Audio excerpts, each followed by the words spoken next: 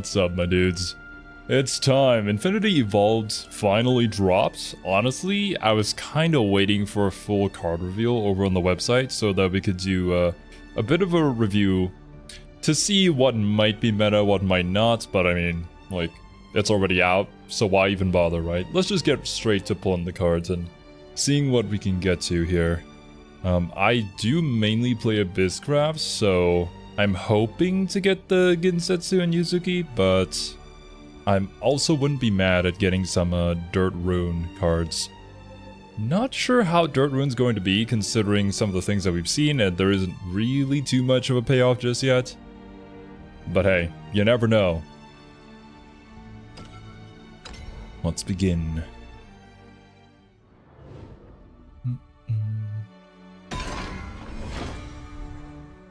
And with our free pack, we get... Oh, hey! Awesome. Exile is an interesting card that I'm not sure how this is going to work necessarily in Abysscraft. Will she be a part of aggro Abyss? Or will she be good in mid-range? Could she be a potential combo off of the Crypt 3-cost amulet that we have with the ghosts? Kind of like an alternative to Cerberus to close out the game? Maybe? We'll see. We'll see. Yo, what's up, Steve? Welcome. And Cleric of Crushing. This was a card that we saw in the reveal for Wilbert. And we had talked about it that, like, the evolved for a super evolved follower could be kind of good. But, thinking about it again, yeah, probably still pretty niche. It may come up sometimes, and honestly, people might actually end up forgetting about this particular ability. But for Havencraft, you play her just for the fact that she's a ward follower. Ready to not understand anything? Hey, if there's ever anything that you want to know about the game, feel free to ask. Playing this game for, well, the OG Shadowverse for over 2,000 hours, I would hope I know at least something. Now this one's interesting with Glacial Crush. Select an enemy follower on the field and destroy it. This is something you would be able to do regardless, right, of the Earthright. So honestly, would Spell Boost play this? You can't Spell Boost this card, but it's a free removal of basically anything. It doesn't care about how much health that it has. But with Earthright 1, you deal 2 damage to the enemy leader. 4 cost, 1 Earthright, 2 damage to enemy. I don't know if that's enough. Is it good enough? I suppose you'd play this over something like Divine Thunder, maybe? But the thing is, this one selects, and Divine Thunder can get underneath things that cannot be selected, like an ambush or stuff like that. Add a ghost to your hand. It's a 1-cost 1/1. And the thing with the ghost, right, is that if you get the ghost in hand, you can maybe combo that with Excella on the same turn. If, like, you say, have 6 play points, you put 2 ghosts and then play Excella, and then she becomes, like, what? A 4/4? Without Evo, of course. Not sure. Not sure exactly how that one's gonna go. Combo 3. Deal 2 damage to a random enemy follower. Combo 3, do it 2 times instead. A 1-cost card. 2 damage to a random enemy follower. This can potentially deal 4 if it's combo 3. I wonder if Forest needs more early game removal. If they do, then yeah, they'll play this card.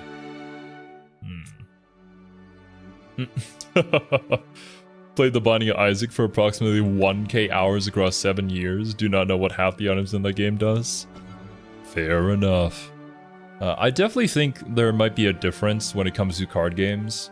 Because, like, when it comes to card games and experience playing them, you kinda have to be understanding what you're doing if you're going to be playing at a high level. And at the very least, reading the cards. Which is definitely something very difficult to do, I'm sure. So I would say it's a little bit different. But hey, fair comparison. Summon 2 copies of Onion Pat. Oh, this one. That's right. This one might be kind of crazy, but you'd only run in like a 1 or 2. Because these things come out, they're 1/1 body, and then on strike, which means hitting the enemy follower, you get to spell boost your hand. Spell boost rune gonna go crazy, but you only play 1 or 2 because the third copy is just gonna be a waste. Well, really any second copy that you pull in a game is gonna be a waste. And this one, I'm pretty sure this is just aggro dragon support. It's pretty good. Like, it's a 1 cost, you engage it with 1 play point, and then it gives a +1/+1. Whenever your follower dies, you just get this back. It self-recycles too. Yeah. I might put that in my face dragon deck, but... Don't know if we have other cards that might be more valuable. Things are gonna start vying for space now. Okay, what is this? 7 out of 10, event underway. What does that mean? Oh. Ah, that's right. I think there's something about, like, when you use the premium currency to buy this particular pack, and then you can exchange a code or something for a real-life card, which is Shadowverse Evolve here. I don't really play that, so... doesn't mean too much to me.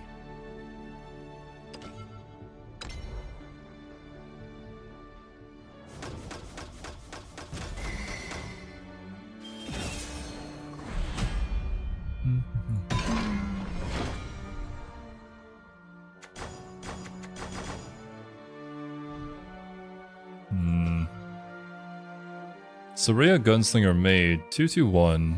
Deal 1 damage to 2 random enemy followers. On fanfare, hey? 1 damage to 2 random.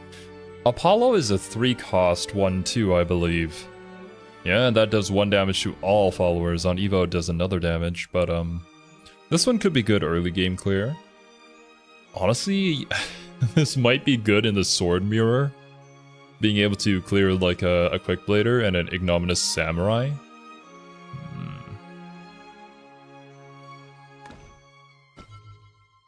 Divine Guard.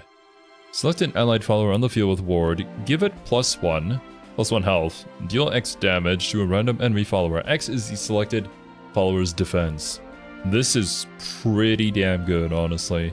Could be great removal for Haven. Ward Haven specifically. Because after Wilbert's turn, he gives like +2 health to all the wards that you play. So this could go over some pretty big bodies, at only 1 cost too.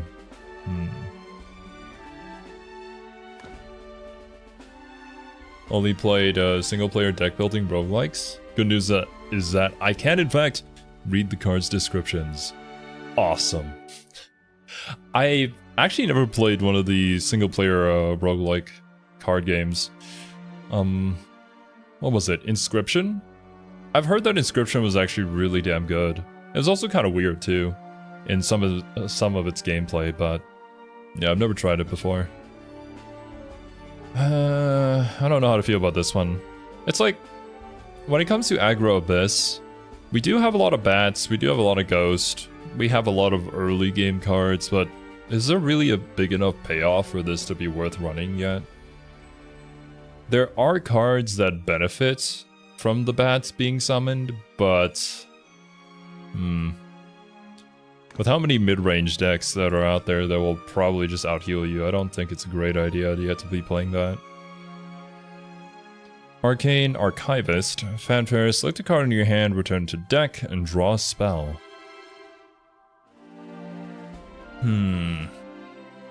This guarantees that you get a spell into your hand. Spellboost might want to play this, and then they can put a brick back into their deck. Sure. Yeah. This is basically the same as Ruby, but specifically for Spellboost. Dark Side. Select a follower on the field and give it +2, -2.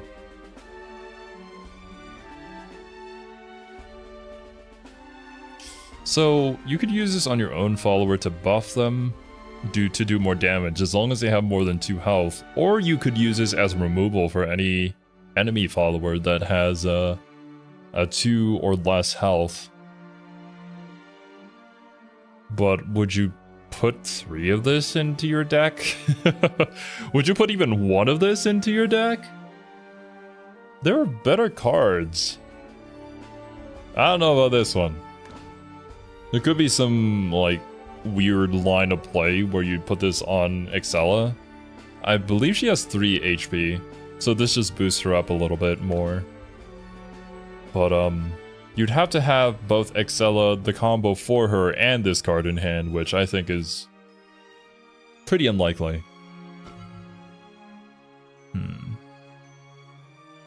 Shit, let me turn up the music for you guys. It's pretty low. There we go. This card was interesting. Select a puppetry follower in your hand, transform it into a doll slayer, and this card itself has Bane. It's a 2-cost 1/1, but the doll slayer has ambush. You can play this for a 1 cost, and then when it dies, it just summons another one of her. How useful would this be?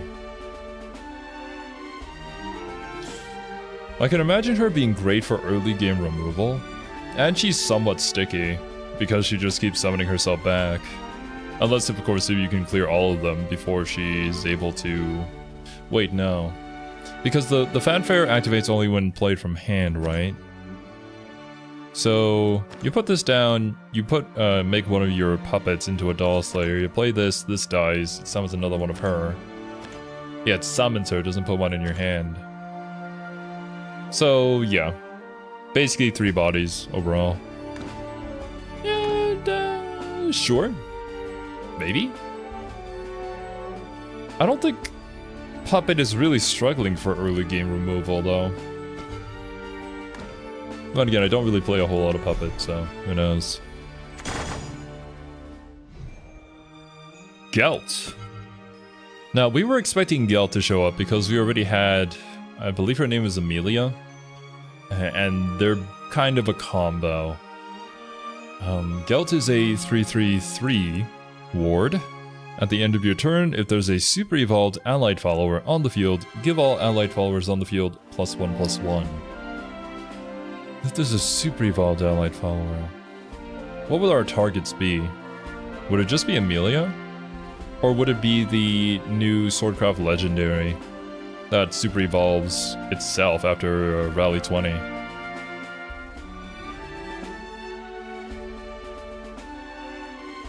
Regardless though, buffing your field is pretty good because Sword usually likes to go wide. Well, ideally they want to go wide. And with like Magus, as well as Amalia too, they would probably have enough of a field to survive to get this out. Yo, what's up, Minmush Gaming? Welcome. How are you doing today? I'm doing great. Shadowverse just dropped a new set. This morning I got to play Space Marine 2 again, and yeah, things have just been going great so far. Still a lot that I'm looking forward to. Seasoned Merman. I was talking about this earlier, but why do these ocean cards not have the marine trait on them? Because there's another card for Dragoncraft that specifically affects marine cards where you gain health whenever they enter the field. I guess thematically they would be marine, but trait-wise they couldn't have that because you could probably just spam out a bunch of Megalorcas and the Otohime bodyguards in order to get like absurd amounts of healing already, so yeah. But anyways, Seasoned Merman on Summon summons 2 copies of Majestic Megalorca, and on Evo summons 1 more. Just in case. He becomes like a 5/5 body, and that's 3 2/2s to trade into anything you want. Plus, if you have the Neptune already played, that's 3 HP healed. Pretty good. If that's the strat we're going for. Summon 3 copies of Gentle Treant. On strike, restore 2 defense to your leader. A 7-cost spell that summons 3 4/4s. The don't have Evo though. Like Fanfare, you had to play from hand.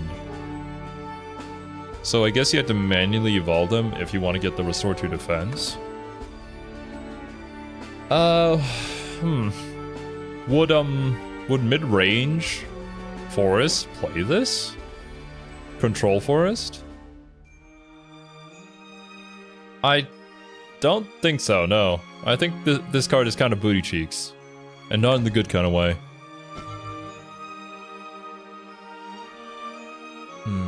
On 7 play points. Orcus is on 8. Forte is on 6. Cerberus on 8. What would that counter exactly? I don't think that would counter. No, just don't play that card. I don't think it's going to be good. I could be completely wrong though. You never know. Lionel Ardent Elf on Fanfare summon 2 copies of Baby Carbuncle. And you have Ward. A 6/6 Ward with 2 Baby Carbuncles. You could super evolve those Baby Carbuncles to give you 3 extra play points after playing Lionel. Which would mean if you play this on turn 6, you get 3 play points. Because turn 6 is the first turn you can super evo, depending on, well, if you're going first or second. Yo, what's up, Warzag? I guess you could combo off of this too. I don't think Roach would play this. Maybe Control Forest, but the list is going to be interesting. I do like the fact that he has Ward though. 6/6 Ward on turn 6. Pretty good. That's just the body itself. And then I think on turn 7 they have the Ward that destroys an enemy follower and heals your leader for 5. I don't play a whole lot of Forest though. Another day, another thing I need to upgrade my PC. What are you looking to upgrade, Warzag? Call of the Megalorca. Summon a Majestic Megalorca. If you're an Overflow, draw a Call of the Megalorca. Overflow just means that you have 7 or more play points. So this is a 2 cost that puts a 2/2 on field, and in Overflow it draws another copy of itself, so it just replaces itself. As long as you have another one in deck, of course. That's not too bad, actually.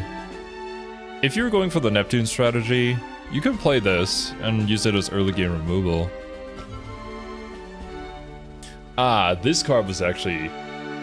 I was wondering whether we would play this in this, because it does give you a lot of shadows, but do we have a Necromancy payoff? I don't think Cerberus is really struggling to get to, I believe she needs 6 Necromancy. But anyways, these are sticky bodies that are going to stay on field, more than likely, because they need a lot of resources to clear them. What Apollo does not clear this. In a way, it's like a Bone Mancer on steroids. All the pieces of my PC are top quality, but now that I have this powerful PC, I realize my old cooler is not up to the task of keeping it cool. That is truly a shame. Yeah, the hotter, well, the faster it runs, the hotter it runs, so you're definitely going to need an AIO or a better fan. Air cooling actually isn't too bad, I would say, but of course it depends on the air cooler. I'd still recommend just going water though. A 6 cost 3/3. On Fanfare it summons 2 copies of Rotting Zombie, and the Rotting Zombies have last words summon a Rotting Zombie, and then remove the last words from it. So you'd have to, if you wanted to clear this board, you'd have to get rid of Undead Soldier, and then you'd have to get rid of 4 Rotting Zombies. If they survive, then there's a pretty good chance that maybe you could combo this with Excella on the next turn, or a Cerberus on turn 8. If you're going second, you can play this on turn 6, and then use your extra play point to get Cerberus out immediately. And that would be, what? 10 damage to face? Plus Cerberus 2, that's 12. If you super evo one of the zombies, that's 15 damage to face, actually. That's 15 down to face without double crypt.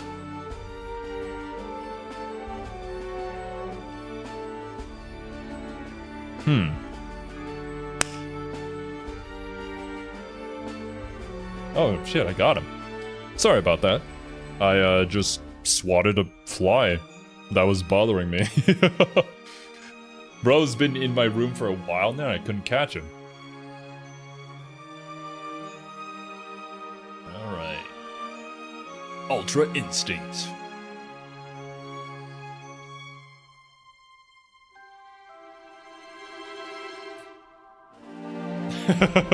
Xenos trying to sabotage you outside the game. Oh man, these foul Xenos are truly planning to ruin my streams. How dare they?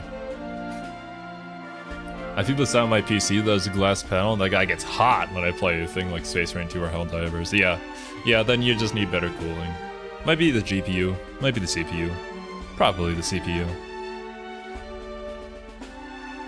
But yeah, now that I think about it, this card might actually be kind of good. What would you replace though? Abysscraft, mid-range Abysscraft itself is already pretty top heavy. And would you like remove Medusa to play this? I don't think so. Like Aragavi is still really good removal. Maybe you could put Medusa down to like 1 copy. I know some lists don't even run her though. I personally really like running Medusa. I found a lot of great use out of her.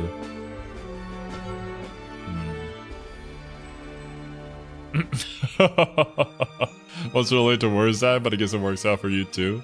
Hey, that's what I like to see. The double meaning.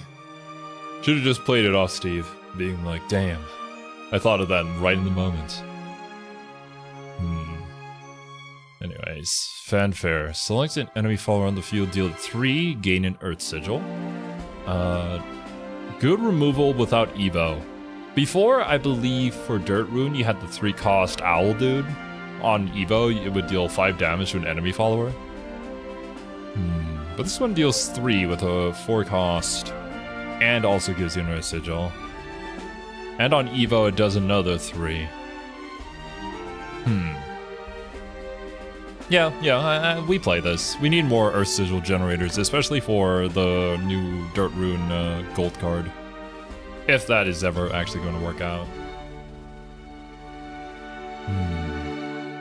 When winter comes, I can just move my PC setup outside. It'll be damn sure be cool. Be careful it gets too cold and it doesn't even boot up in the first place, though.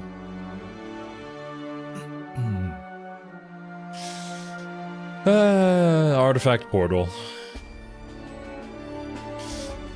This particular deck is kind of the bane of so many people's existence, not gonna lie.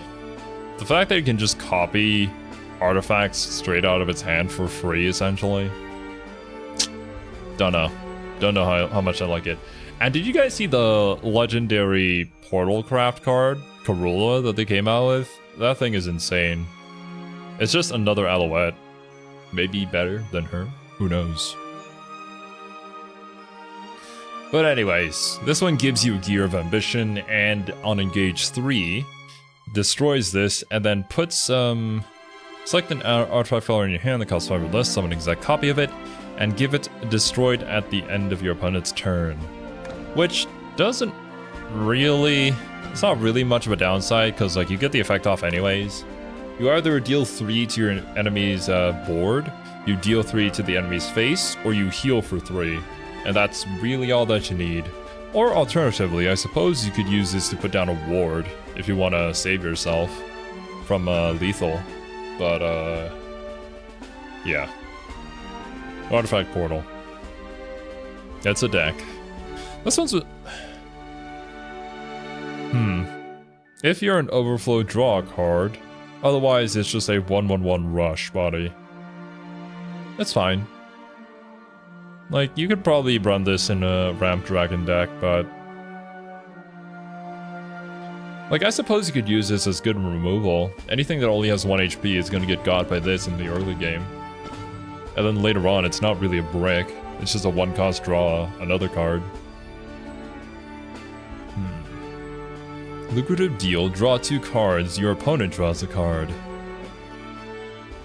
Ah, I see. This does have the downside of giving your opponent an extra card. But Swordcraft kind of lacks good draw anyways. They'd probably play this. Especially in this first expansion, like, Swordcraft has either won the game because it played cards immediately on curve, or it just runs out of gas, so yeah, play that. It's a 2-cost. The neutral card to draw 2 is the 3-cost. So at the very least you don't lose as much tempo playing this than you do that, but it does have the downside of giving your opponent a card. Yeah, we'll see, we'll see. I think you'd play that. This one. They finally put Goblin as a card, but I don't know if I would play this. If there's a super evolved allied follower on the field, select an enemy follower on the field and deal it 4. The earliest you can play this out is turn 6, unless if you play him for the body, but then he's just gonna be a regular 1/1/1. Do you really need this going on turn 1? But, like, there is the potential where you... Oh, wait a minute.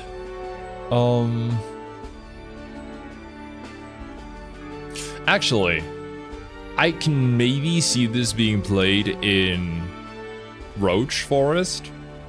It's a 1-cost, so not too many play points. It's also going to add 1 combo to whatever card that you play. When you super evolve your Carbuncle, on that turn specifically, you can maybe play this to get rid of reward and then play a Roach.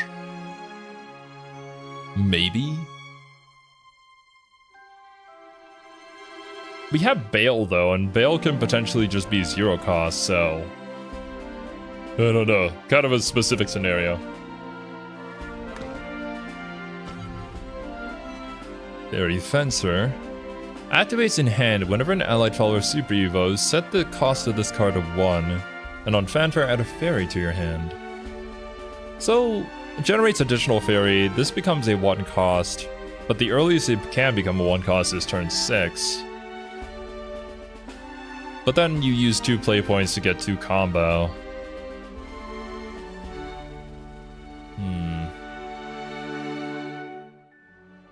Maybe. Maybe? I don't play enough Force to know if I would like to have this card.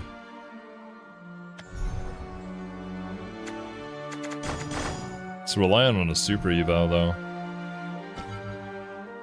Engine Blade Maven for Portal. Summon a Striker artifact, which is the 5/1 Rush. Add a Gear of Remembrance to your hand. Evolve, replicate the effects of this card's fanfare ability. So that's what?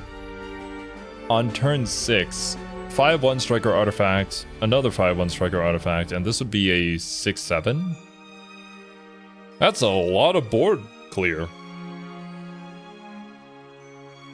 I suppose you kind of need this if you're going to be going up against Ward Haven.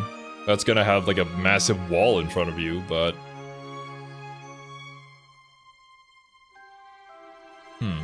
It's an option. This one I definitely think you're going to playtest first and see how the meta shakes out before putting this in your deck. What else would you play on turn 6 for Portal? Karula, that's right.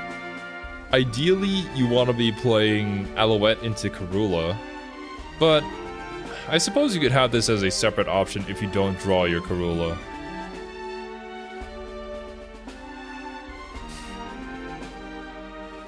And I mean, if you play Ancient Artifact Cannon or whatever it's called, the thing that does 2 damage to a random enemy follower every single time you fuse a gear in your hand, you don't really need the border removal. That one's maybe situational. Maybe you run like 1 or 2 copies of this in case you don't draw a Karula. Wise Guardian Dragon. This is a 10-cost card. Whenever an allied follower super evos, it reduces the cost of this card by 3. And on Fanfare, it summons a Vast Winged Dragon, which is a 5/5 dragon with Intimidate. But, like, the first turn you can super evo is turn 6. So you play this on 7? For 7 cost? To get a 4/4 with a 5/5 body? I mean, that's... On turn 7? Is that enough? The other thing that I thought this card might be useful for is like, if you get to the new Dragoncraft Legendary card, that reduces the cost of all the cards in your deck by half. This would instead become a 5 cost. On Super Evo, it becomes a 2 cost card. So you could potentially spam out multiple copies of this, if need be, to just fill up the board.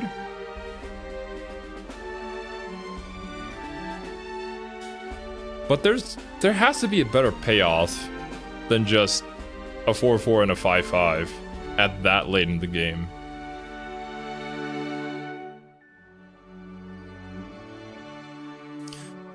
This card honestly might just be for next set, because like there has to be some archetype in the future where you get to Super Evo early. Or like there's a condition attached to a card where it automatically activates Super Evo. Then maybe I can see this being good if you can Super Evo multiple times in one turn. Which would be crazy. But it's like the gimmick of this game. I feel like it's inevitable that we're gonna get like a Super Evo deck. Because in the OG Shadowverse we already had our Evo archetypes. Angelic Maid is a neutral with Ward. If you unlock Super Evolution, give the Swallower +3 HP. Could save your ass. Ward is 100% going to be playing this. Ward Haven. Other decks though? I don't know. She has a good stat line, and the fact that after you unlock Super Evo, she gains stats, right? Means that she doesn't become completely useless in the end game. I think you run this if you know for a fact that you're going to need a ward to survive a particular turn. And if you really need this. I think this is a filler for basically every other craft except for Haven. Haven is definitely going to run this.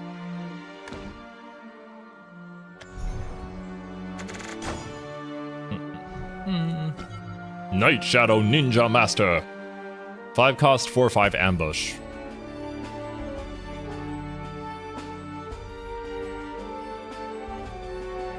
Five cost, 4/5 ambush. Nothing else tied to this card. You play Zirconia on 4 Evo. You have a 6/6 and 2 2/2s on the field. But then you just throw away tempo on turn 5 to play this. It has a very good stat line and it has ambush, so it may survive. Unless you're playing against the Bizcraft, which then they just play Argave, but...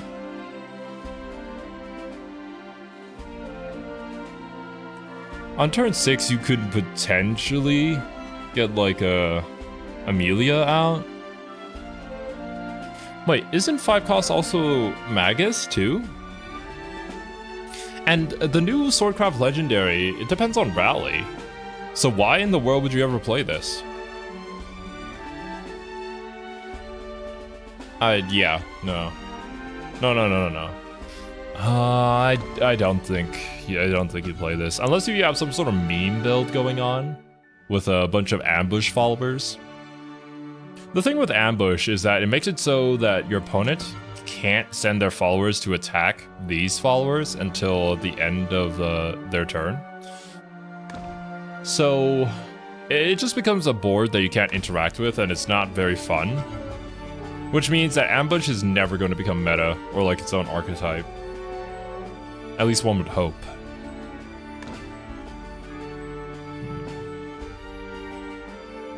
maybe they'll see a payoff later on, but yeah, no. Just don't play that card. I don't think it's worth it. Flames of Chaos! X starts at 0. On spell boost, increase X by 1. Deal X damage split between all enemy followers. Great. Give Runecraft more removal. Of course they'll play that.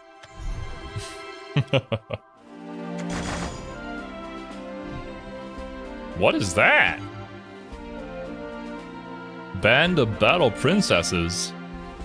Deal 4 damage to a random enemy follower. Enhance 4. Deal damage to 3 random enemy followers instead. A spell removal? For 2 cost?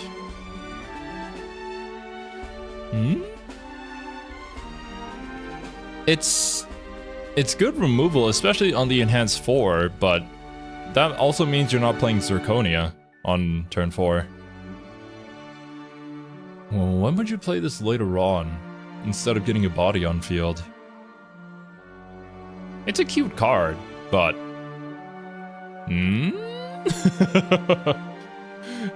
Does Swordcraft have issues with removing enemy followers on the field? I don't think so.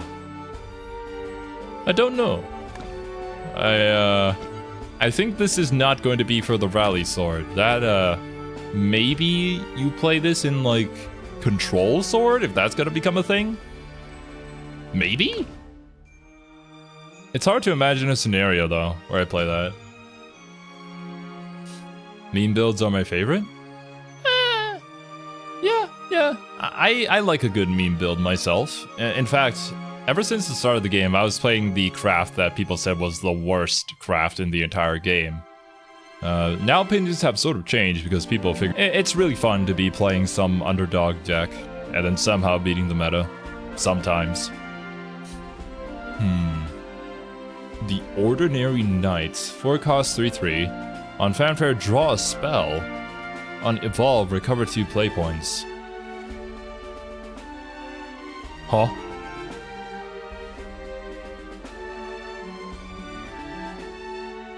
What spell do you want to draw?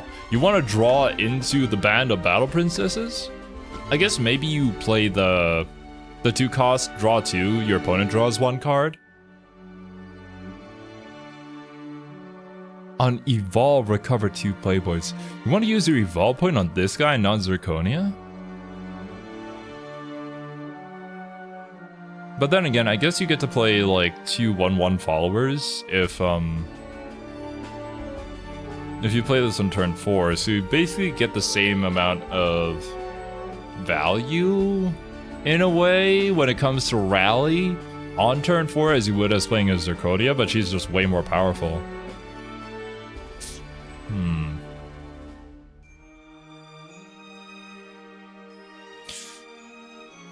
What? I don't know. This one's hard. Hard to imagine. When you're building a Swordcraft deck, you might want to make sure that you have a good enough curve, and in order to get that perfect curve off, you may need to play this to make sure that on turn 4 you have a 4-cost card. Because, you know, you might not have a Zirconia, and if you don't have Zirconia turn 4, then you're kind of screwed. So this could potentially be a good replacement.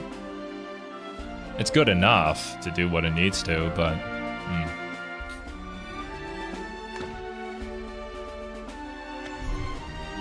The point is not winning, Zero. Meme builds are for causing grief and chaos.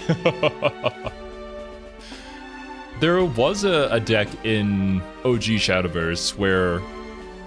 I think it was like a 9-cost card that would change your opponent's deck into like Thorns or something. Or no, it would change your entire opponent's deck into Fairies. So it would just be a bunch of like 1/1s. That was pretty fun. It was very toxic, but it was pretty funny. No, it wasn't a 9-cost. I think there was a certain condition where you had to fuse cards into it or something. It's been a while. Akeem, Lord of Despair. 5 cost 3/3. On Evo, select an enemy follower on the field with 4 attack or less. Banish it and summon an exact copy of it. So the Banish makes sure that it doesn't activate Necromancy, or, well, activate Last Words, and gives your opponent a Shadow if you're playing Abysscraft. And I'm assuming it puts a copy of it on your field, so you just yoink somebody's follower without 4 attack or less.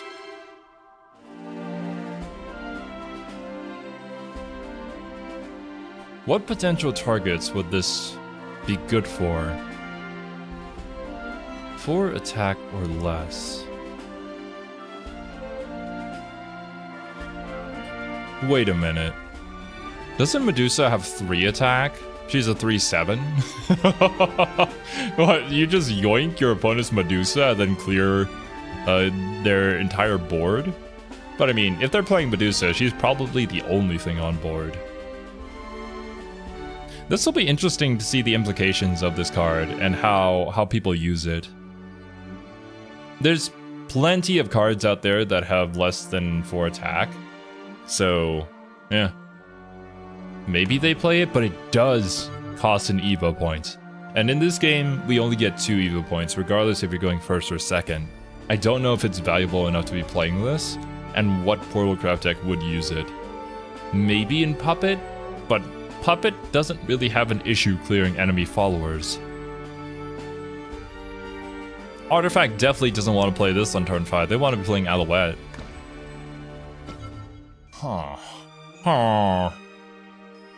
Elwyn Mysterian Swordsman. He does have the Mysterio trait. He's a 3/3/3 ward, and on Clash, spell boost your hand. Clash means if anybody attacks into this card. And on Evolve, draw 2. That is kind of insane. That becomes a 5/5 ward that every single time you smack into it, it spell boosts your hand. So at the very least, you're gonna get a spell boost of 1. Well, they could also use a spell removal on it, so... Not true, but... If they attack with a follower, at the very least you still draw 2 followers guaranteed. This could draw you into an Anangrea on turn 5, actually. Makes the deck a lot more consistent. Yeah, Spell Boost 100% playing this. Puppet Cat. I don't know, guys. I feel like while this art is pretty cute, in a way it's almost kind of cursed. I don't know how to feel about this one. But anyways, 2/2/2 fanfare. If there is a super evolved allied follower on the field, add a puppet to your hand and give it +3. So the puppet becomes like a 4/1 puppet. If there's a super evolved allied follower on the field, what would that? Okay, so I'm thinking of a scenario where you super evolve something first, like say the Portal Gold card that either draws 2 or heals you for 4 before this. Maybe you play this? Well, no, she's a 6 cost, right? So that'd be 8. You wouldn't want to play this on the Orcus turn, obviously. But somehow you get a super evolved follower on the field, you play this, you get a 4/1 puppet, you play an Orcus. Orcus super evolved, you get 2 3/3 puppets with Storm. You have Lloyd, that's 1 Storm damage, so that's a total of 7. Plus, if Orcus swings into something, that's 8. And then you put down the 4/1 puppet, which would be 12 damage to face. Potentially. On an ideal high roll, right? Where you had, for whatever reason, decided to use a super evolve first before the Orcus turn. Would it not be more profitable to do double Orcus Super Evo? I suppose if you don't get double Orcus and it does provide lethal, then yeah, but...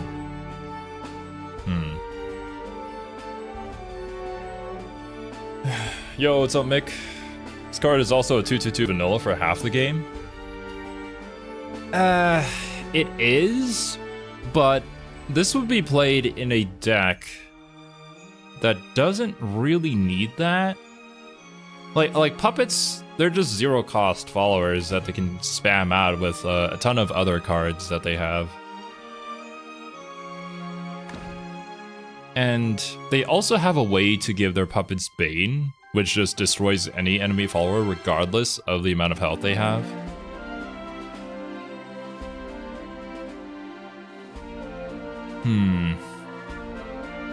And there's already better 2/2/2s that they would play.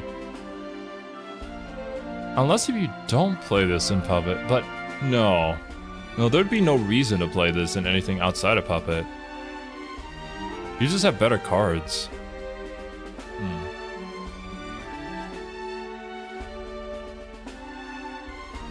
Not seen Puppet struggle for removal. Unless you can give that Puppet Storm, it's honestly kind of dog water. Or cat water, rather. Very much so. Like, I think the only reason you'd play this is to high roll and play that 4/1 Puppet on Orcus's turn. Outside of that, meh. We'll see how consistent that is, I suppose. There are better cards to run, though. Flight of Icarus. Select an artifact follower in your hand, give it Rush, and last words, draw a card. An artifact follower in your hand. Give it Rush, and last words, draw a card. This is good. This is really good. Why do they give Portalcrafts all the, like, good cards? Why? Like, if you're new to the game, invest in Portalcraft Stonks right now. You are going to love your investment. It's insane how consistent and how much of a, like, toolbox deck that that particular craft is. Archetype, I should say. Puppet doesn't really suffer from the same overpoweredness. And heck, Artifact even runs Orcus, which is supposed to be a puppet card. Just because they can. Like, why not? Colette, Barrage Exorcist, 3/2/2 for Havencraft. On Fanfare, do this one time. Deal 2 damage to a random enemy follower. If there are at least 2 allied amulets on the field, do it 2 times instead. Support for Amulet Haven. Amulet Haven currently does struggle with early game removal. So honestly, she might be a 3 of in Amulet Haven. Unless if there's a card that I'm not remembering right now for them. But it's free removal. I'd play it. I'd try her out.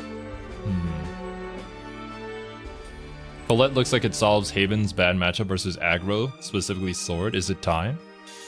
Haven is getting a lot of support this particular expansion, not gonna lie, for both Ward Haven and Amulet Haven. Haven Stonks rising. I'd personally invest in Ward Haven though. Oh my god, I got feet! Well, it's not the leader card, but yeah, I'll take that.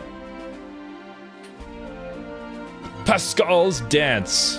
Now this is gonna be real interesting to see how this one goes. So it's a 2-cost spell card. Gain an Earth Sigil, and you also gain the crest Pascal's Dance. It has a countdown of 1.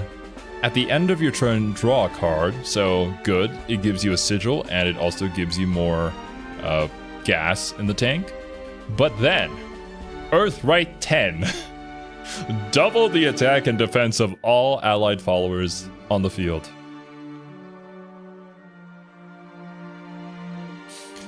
The previous iteration of Dirt Rune that we were playing in the first expansion was kind of just, I summon big body followers, and I pray to God that you do not clear them. That is the only way I can win. Or I just play Kuan, because Kuan's a broken and busted card, right? This way, you might be able to just OTK your opponent, especially with one of the new Dirt Rune cards. Lilithum, I think she comes back with a Earthright 2 every single time she dies. She's a 5/5, so that'll make her a 10/10. If you super evolve her, that's 13 damage to face. Or there's another card, a 6-cost legendary that gives you a 3/3 ward with barrier.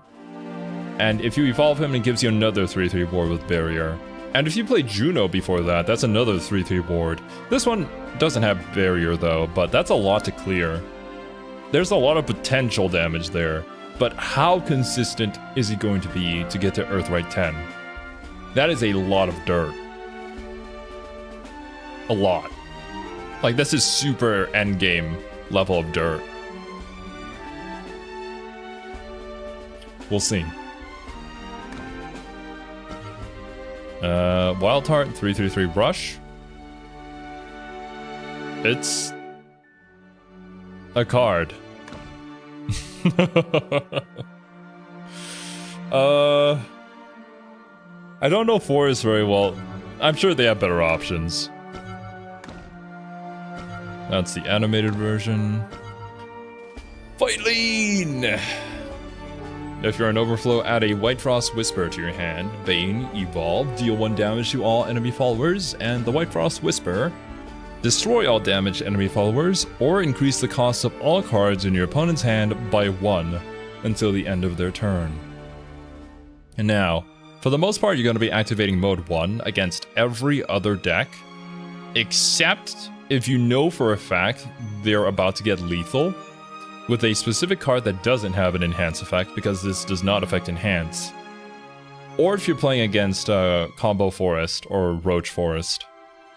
Like, Roach Forest is going to die if you use this second mode. They will not be able to get their OTK, and that'll save you a turn. Otherwise, this is really good board clear, with the cost of just 1 Evo. And she also has Bane herself, if you don't have the White Frost Whisper. Or Overflow, I should say. Great for... honestly, great for aggro, and great for Ramp Dragon. Just a good card.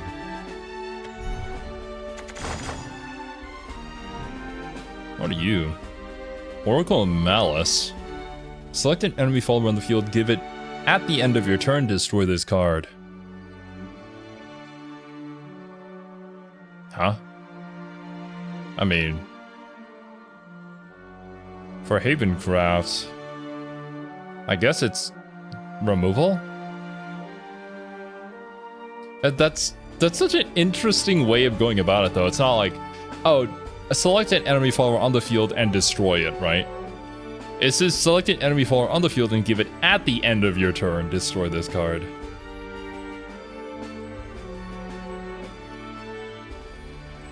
So, whose turn would it be referring to? If you give it that clause, would it be like when you end turn, that card dies? Or would it be when your opponent ends turn, that card dies? What? Would you play this? Would this see play?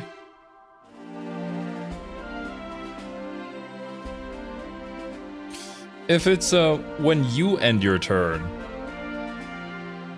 and that card dies, maybe it somehow avoids some sort of last words effect or something? I don't think so, no. It does get through barrier, right? I don't know. Yo, what's up, Hamza? I have mixed feelings about this guy. What are we doing here? Lucrative deal, non-animated version. Ooh! Raven the Silver Bullet. 5 cost, 3/4. He has Bane himself, and on Evo, select 2 enemy followers on the field, destroy them, and deal 2 damage to your leader. This, on paper, seems good in a vacuum, right? You have 3 really big enemy followers on the field. You can play this, evolve him. It gets rid of the 2 enemy followers, and then he has Bane himself, so regardless of the amount of health the last follower has, he'll be able to kill them. But you do take 2 damage, and Abysscraft still does not have any sort of payoff for hurting yourself. We also have a 5-cost card that does 2 damage to your leader, but also draws you 2 cards. And I think that's much more important. Like, I don't know if we're gonna have issues dealing with an enemy field. We might if we're specifically playing against something like Ward Haven nowadays. Could also be good for sniping like an Amalia hiding behind a bunch of ward followers. Depending on the amount of ward followers that are going to be seeing play in this particular meta, this card might see play. But right now, as the game was, it's kind of hard for me to think of a scenario where I'd run this instead of just the draw 2.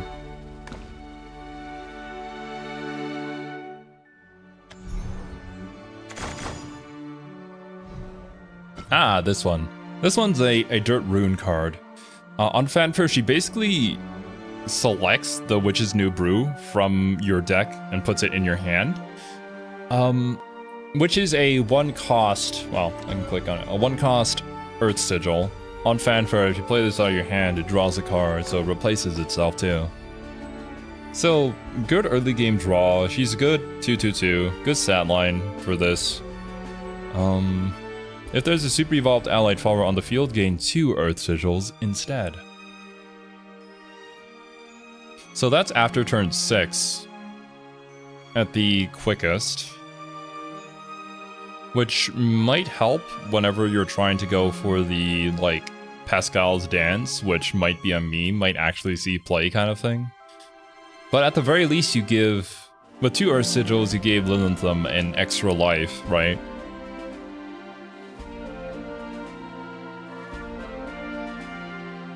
A super evolved allied follower. What in Dirt Rune? There is the 4-cost girl. When you super evolve her, she also super evolves a 3/3 Golem ward. Maybe? You could also play this on like an Olivia turn too. Well, no. You'd ideally want to be using Olivia's effect to evolve something else, and then you play this? If there's something surviving on the field, but if she draws into this and then you play this after you play Olivia, then yeah, no. I'll try to play around with it and see if it works out. It's an okay body and it gives you draw. Like, it's not a bad card. We do need more Earth Sigil generators in Dirt Rune, that's for sure. Another Bizcraft card. A 3/2/4 rush. Whenever another allied follower super evolves, give it and this follower +2. This card might be comboed with Excella. So, let's see, what kind of scenario do we have here? Excella is a 4-cost. Vuel is a 3-cost. If you have literally nothing else on the field, you play Vuela, you play Excella. That is a +1 because Vuela is on the field. And then when you super evolve Excella, she becomes a 5 attack follower. And then when this sees that, it becomes a 7 attack storm follower. The damage adds up the more ghosts you can summon or skeletons that you can put down on the field first. The skeletons are 0-cost cards, so you can just spam them out first. Might be a good... Oh, God! You're awake? Let's just go home. Oh, no! Welcome to the stream, GM Serby. Oh, even better. But yeah, I was just pulling some cards, looking through some things, and we got some interesting things going on here in the meta. That's for sure. I was looking briefly at them when I was at work. Mm-hmm. I feel the stirrings of evil, but I don't think it's quite here yet. There are cards that are like, this feels like so it should close, be for Evo, yeah. but it's it not there does yet. not make any sense to play There's right now. nothing to utilize it, yeah. The freaking 4-cost card that gives you 2 play points back on Evo and draws you a spell, it's like, why would you play this over Zirconia Rally, right? Yeah. But if it's an Evo thing, and then you get like a 2-cost card that can also evo if there's another evolved allied follower on field. That makes sense. It seems like all the sword cards that do talk about like taking advantage of Evo, it's looking for super Evo, but all the cards that give Evo give normal Evo, so I'm like, this feels discongruent and I don't know what to do with it. It might be a duo kind of thing, where like, after 2 super Evos and 5 Evos, it then activates an effect. Maybe we might be going for that. I wouldn't be surprised, but that feels finicky. We'll see. It feels strange, for sure. But I think that might be a way for them to limit the power level of Evo decks by making sure that you're not able to obtain Super Evo after a certain turn, which would keep the game at the pace that they currently want it to be. Yeah, I could see that.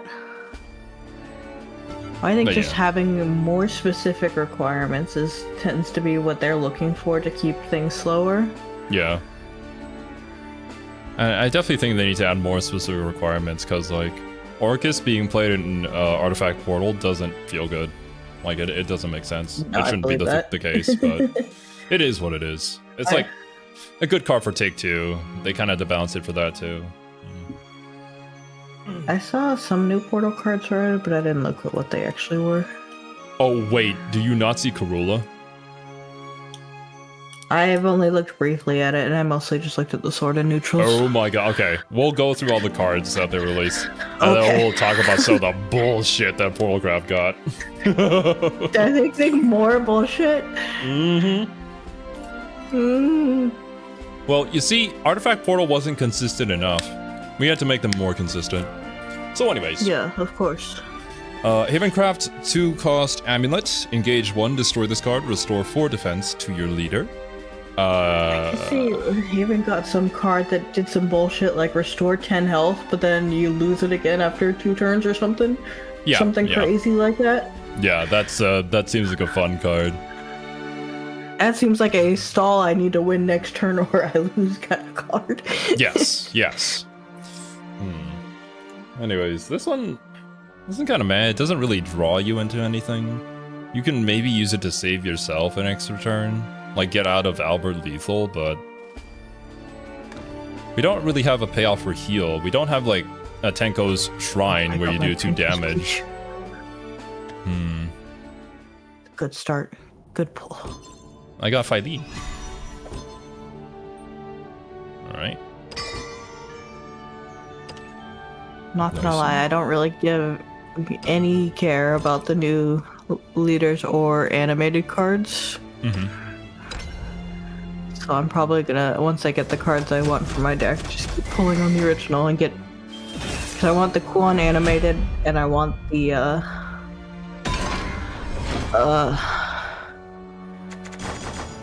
Albert background. That's fair enough. I might do the same, just so I can get the Cerberus Abysscraft leader. Because, Neo's great, but, like, I don't want to be an ass all the time. Just only sometimes. Just sometimes. Just in the right moments, with the right deck, you know? Yeah. This one's interesting. A 2-cost Ghastly Soray, I think that's how you say that word? Add a Ghost Skeleton and Rotting Zombie to your hand. Lovely. Ghost a 1-cost, Skeleton's a 0-cost, a Rotting Zombie's a 3-cost that revives itself. I think you play this in the hopes that you save your Skeletons and Ghost for Excella turn. And you play the Rotting Zombie before the Excella turn, so maybe he survives. On turn 2 though, I wouldn't play this on turn 2. I think you just lose tempo. I didn't say. The reason I got home late was because I was in a car accident. Oh, damn. You okay? Are you dead, Servy? I am. My car isn't. No! Oh, gosh darn it. Well, I hope things get sorted out. Yeah, I think I'm gonna try and take tomorrow off to see if I can't figure it all out. My dad thinks it's totaled. We'll see. Gotcha. Probably gonna cancel stream in the morning though. try and deal with all that. I don't know. I'm tired. I don't want to think about it. I just want to look at Shadowverse.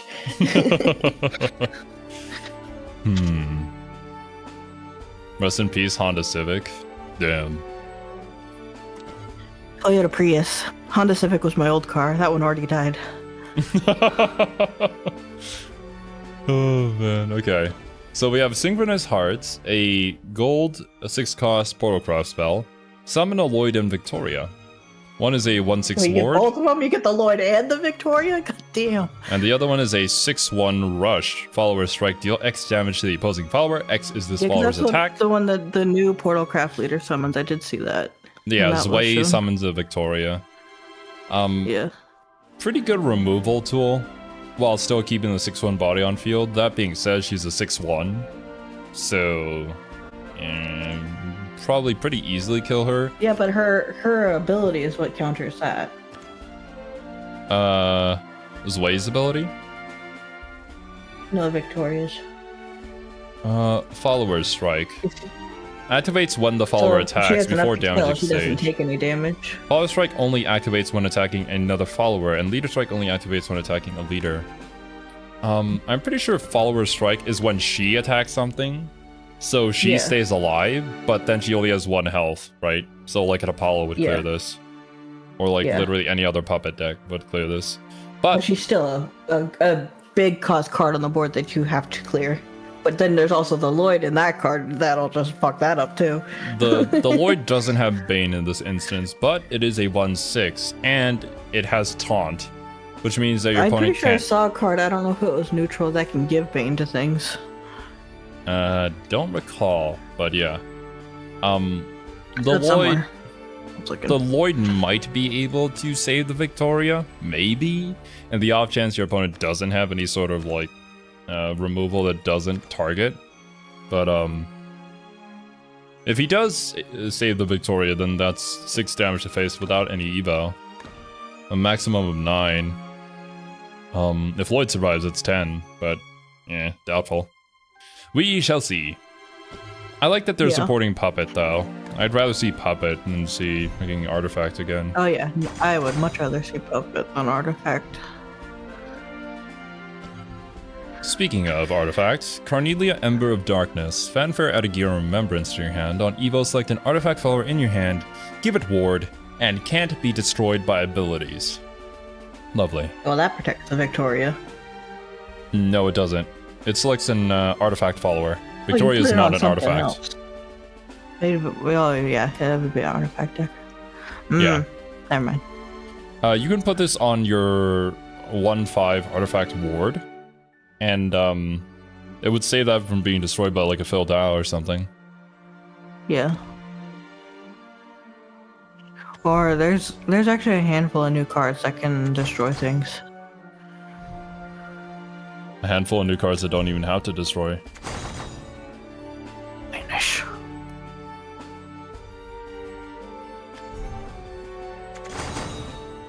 Alright.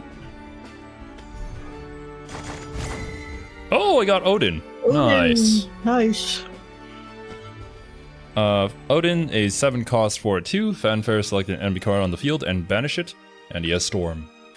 Very good. I don't know that he's worth me putting 3 of, but I definitely am putting at least 1. I'll see, 1 or 2. Yeah, you can get rid of amulets that are pretty pesky. If they had put down the like Chalice early for Havencraft, so you're playing against Amulet Haven. The Chalice, the Cannon, there's so many amulets that just get it out of here. This can go over a ward, a super ward follower. This does not get rid of Lilienthal because she has Aura, which protects her from being selected by spells, but by card effects, that is. But yeah, just a good card. I think this is gonna see a lot of play. Yeah, I think so too.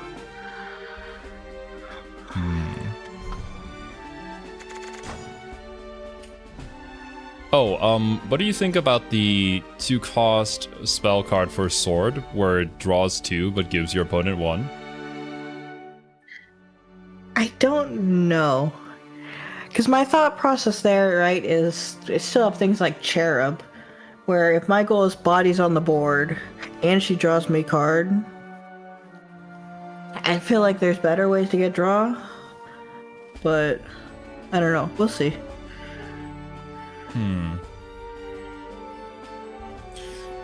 I can actually see that being played with the new 4 cost that on Evo gives you 2 play points, but on Fanfare draws you a spell. So you maybe draw into that to then draw into You could something draw into more. more draw. Yeah. Hmm. Maybe, but you'd We'd have rather to play test Zirconia, things I feel. that. Yeah, that's what I'm like. Zirconia, especially with my new legendary that has rally, it's like I would much rather pull the Zirconia than throw play points on But here's the thing, right? draw. You only have 3 copies of Zirconia. If you don't draw into Zirconia, then what are you going to play? Like, maybe it would make it more consistent to have at least something to do on turn 4? Well, now I have other cards like Rosé and other things that I can put down too. And I feel like this is a time to start throwing some of my like 1 cost like Quick Blitter back into my deck that got pulled out for other things. We'll see. I have to get the cards, play with the cards, see how they work. Oh. Intent Dragonute Princess. 2 cost, 2/2. On Fanfare, there's a super evolved allied follower on the field. Draw 2 cards. Get me that premium battle pass so I can get my funny knight. It's... Oh no. Intent Dragonute Princess, at the very least, she's a 2/2 regular body you can play early. And later in the game, she'll make sure that you have gas still left in the tank. Maybe that'll see playing Ramp Dragon? Maybe.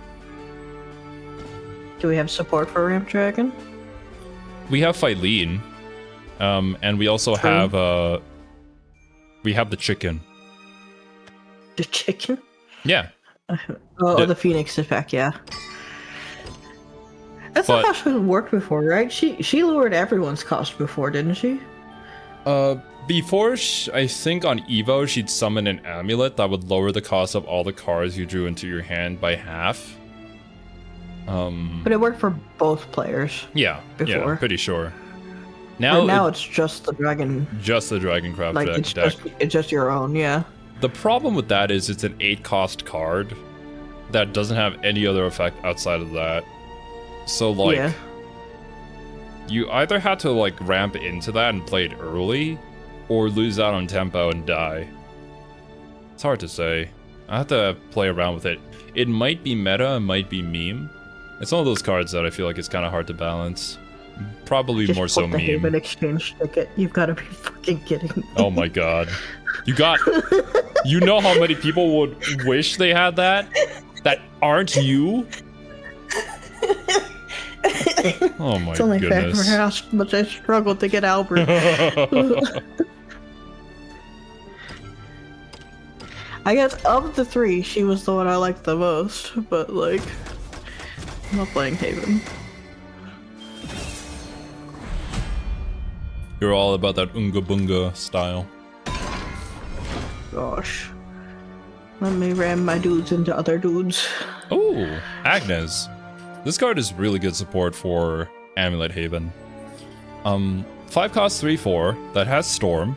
On strike, if there are at least 2 allied amulets on the field, destroy a random enemy follower other than the opposing one. So you can either smack her into an enemy follower and then it destroys a different follower from the one you were attacking. Or, I believe, strike activates when the follower attacks before damage is exchanged. This doesn't specifically say like follower strike or leader strike, so you can't just smack your opponent in the face and this destroys their one enemy follower. Very good. Play this if you're playing Amulet Haven. I think it's a pretty safe bet. I'm terrified of Haven. Haven stonks are rising. Invest in Haven. Yeah. Or don't. Or counter the meta, yeah. Well, we'll have to see if we have enough tools to actually counter it.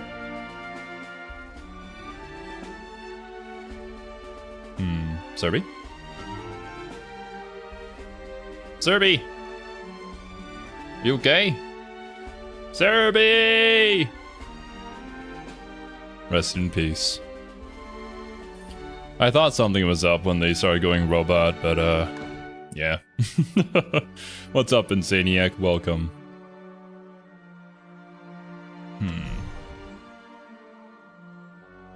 Or is it my connection to Discord? It doesn't look like it.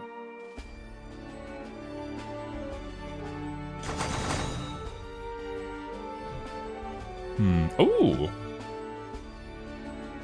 Yo, what's up, Kai? How's the new expansion so far? I haven't tried out any of the content yet, or like, the new story, but the cards are shaping up to be Portalcraft and Havencraft stonks.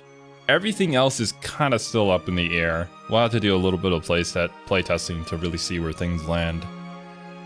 We also have a bunch of cards for Sword that almost feel like they're going to be going into Evo Sword, but not there yet. Maybe in like 2 or 3 more expansions after this, who knows. Rose Princess Knight. Enhance 5, draw a Swordcraft follower that costs 2 or less. Set its cost to 0. Costs 2 or less. Set its cost to 0. What would the targets here be? The Samurai? The platoon leader? I mean, it just gets you more rally. On an Enhance 5 though? I'd probably rather play Magus, but this can get you there if you don't have a Magus, I suppose. On Rush, follower strike. If the opposing follower is damaged, destroy it. So as long as they have been chipped by something else, or they swung into something else, you can still have this body up on the field. It's more gas for Swordcraft though. Swordcraft likes to run out of gas. So, maybe? Yeah, maybe. Maybe you play this. No, wait. Serbia died. My internet died. Sag. Hopefully Serbia will return. Serbia? Oh, am I back? You're back. Welcome. Well, that was weird. Okay, well, Good. anyways. Things can only get better from here, right? Well, to be fair, this morning my internet too was having a brain fart. I was streaming Space Rain 2. It decided to have the worst possible connection I've ever seen, but still translate more data than normal, which I have never seen before. Even better. I don't know. I don't know what was happening. But anyways, as a Swordcraft player, would you play Rose Princess Knight? I'm planning on it. What would your targets be? I'm not entirely sure yet, but I feel like I can make her work. Because, like, you could play Magus instead to get closer to your rally, but if you don't have Magus, having this card could be pretty good for, like, removal, too. I think Rose would be more situational. I don't know if I would run 3 of her. Let me look at her card again. You can check it on stream if your internet connection allows it. No, I have it up. I'm looking at it. Roger. So, Enhance 5 still gives me draw, but I can also see things like if I need a board clear, turn 6, Apollo Rose clears the board, right? I don't know. I feel like she has utility that can be situational, because she can still give me rally, she can clear boards. I don't know. Hey, I mean, freaking Quick Blader and Rose is clear for any, like, beefy follower. Yeah, just get rid of anything there, yeah. Exactly. Okay. That's where I'm like, I feel like 1 or 2 of her definitely seems worth having. We'll see. I'll have to play with numbers for cards like that. Alright. Prim Princess's Picnic. Especially because Gildaria also does chip damage. Yeah, true. True. Oh, I forgot about that. She does damage to all enemy followers too. Yeah. Prim Princess's Picnic. On fanfare, add a Ninja Silent Maid to your hand. She does have Ambush. And a Super Evolve, give all other allied followers on the field +1/+1. My thinking there is I don't see what world I use a Super Evolve on her.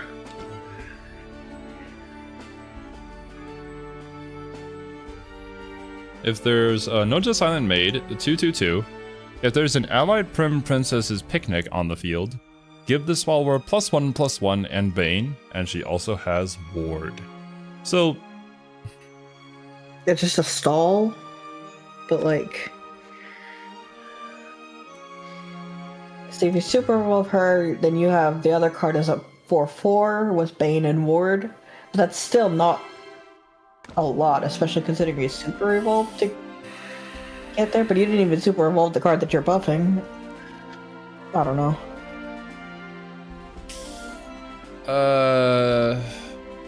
It's hard to say. I think the idea here is Prim just kind of stays there in ambush until it's a lethal turn with a big board. If you're like buffing 3 or 4 other followers with Storm because they survive the turn, then this could be really damn good. It would have to be at least 3 other followers, I feel like, in order to be worth. That's why I feel like a lot of these sword cards feel super situational. So it's just building a deck that can take advantage of all of them, and I don't know which ones are going to be the best ones for that. I feel like this one doesn't quite play on the other cards as well as some of the others does. Well, here's the thing, Serby. You also have your 5-cost ninja samurai thing, dude, who's a pretty good stat line, but he only does ambush. So you just play the squirrels too, and then you play Prim, and then you super evolve that field, and your opponent can't clear it because they're playing Puppet Portal and they don't have any removal that doesn't target. So then you just smack them in the face for 20 damage easy. Trust. Trust, yeah, definitely. Ambush sword is real. Ignore when I explained how ambush sword can never be a thing because it's toxic and your opponent can't interact with your board. Oh yeah, and the fact that sword wants to rally and ambush doesn't let you rally. Yeah. Maybe control sword can exist. Prim as an ambush can stick someone and you have AoE damage with Grimir Crest. I forgot about the Grimir Crest. Sword, I don't know. I'd have to play with it. We'd have to see how it'll work. You probably have better targets, but yeah, it's hard for me to imagine Prim being good. Especially as an Abyss Crowd player, where I can just play Argavi and just get rid of it. It's like, whatever. But if you're playing a deck that doesn't have, like, non-targeting removal, then you'd probably just have to tech in Divine Thunder. That would get rid of a Prim. I feel like most of Swords cards have such low defense that there's so many non-targeting things that'll just wipe the board with it anyways. Because it's like, sure, you can't target Sniper, but William comes out and destroys them all anyways, or, you know, I don't know, even like unevolved Sniper, I think, dies to an evolved Apollo, doesn't he? What's his defense? Isn't it 1? That's what I'm thinking. I don't even know if you need to evolve the Apollo. Yeah, no. I believe without any buffs, Sniper is 2/1. Yeah. He becomes a 4/3 with Enhance, but yeah. Yeah, at a 6 cost. Anyways, Zway's Symphonic Heart. I got an animated one, no less. Fanfare summon a Victoria. Whenever an allied puppetry follower enters the field, give it ward. Zway can be pretty good for, like, stalling out lethal. I mean, anything that just gives followers ward. Super annoying to deal with. That also means that Victoria... Well, actually, no. When Victoria enters the field, she would also have ward, wouldn't it?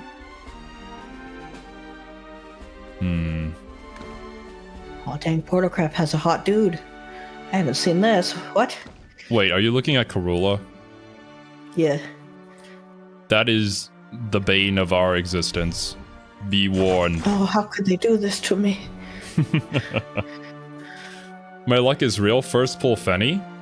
Congratulations, Insaniac. I'm glad for you. So happy. Hey, got Wilbert. Wilbert.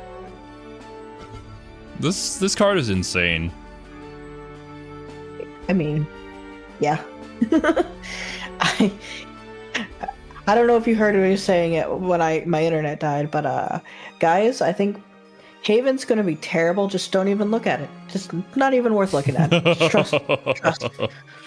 Like, Argoth is having a field day right now. Stonks, man. Argoth and Cashew. Stonks. Oh yeah, true. Cashew does play Haven. 6 cost, 4/6 ward, last word, summon 2 copies of Holy Cavalier. His crest gives ward followers 1/2. This buffs the Holy Cavaliers when he dies.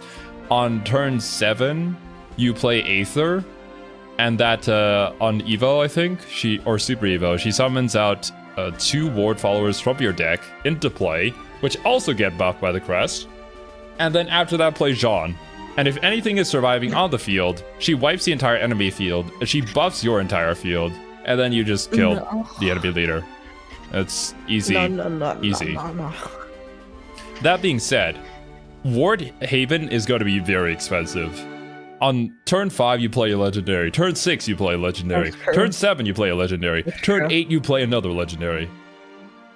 But I mean, that's just a temporary stall. It just means when the season starts, I'll be safe for a little while, and then they start popping up, and it's gonna be toxic towards the end. God damn, this card is insane. I said, why do I have a deck called Officer Sword? I didn't make an Officer Sword deck. That was the free deck they gave me. Never mind. That can go away. I don't want it, actually. I just want the cards. Speaking of legendary, Uma Musume Wen? Go away, Hamza! Go away! No. I won't be deterred! How about no? I already have enough gacha games in my life. I don't need more. Not right now. Do I have any feats? I want to do a full 10 pull. Infinity Evolved Card Pack ticket. Apologies from the Worlds Beyond team. Why, thank you! I was very offended by whatever that was.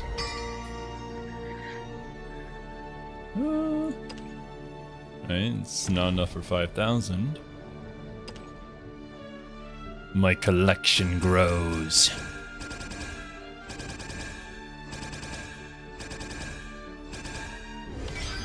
But yeah, freaking Karula. The adrenaline's coming down and my arms hurt really bad now. Oh shit. Did you not see a doctor yet? Was it that bad of a crash? It wasn't like, it was fine. My airbags came out. I think that's probably why it hurts. Yeah. But it comes out really quickly. It's gonna smack you in the face.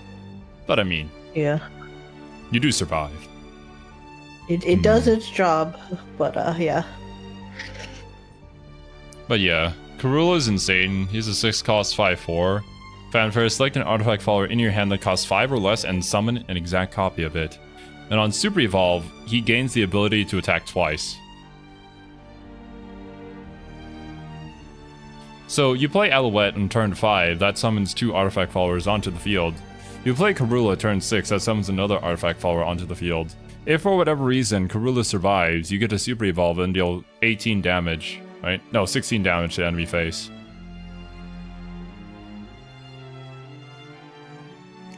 Sword got a lot of cards that just do random chip damage.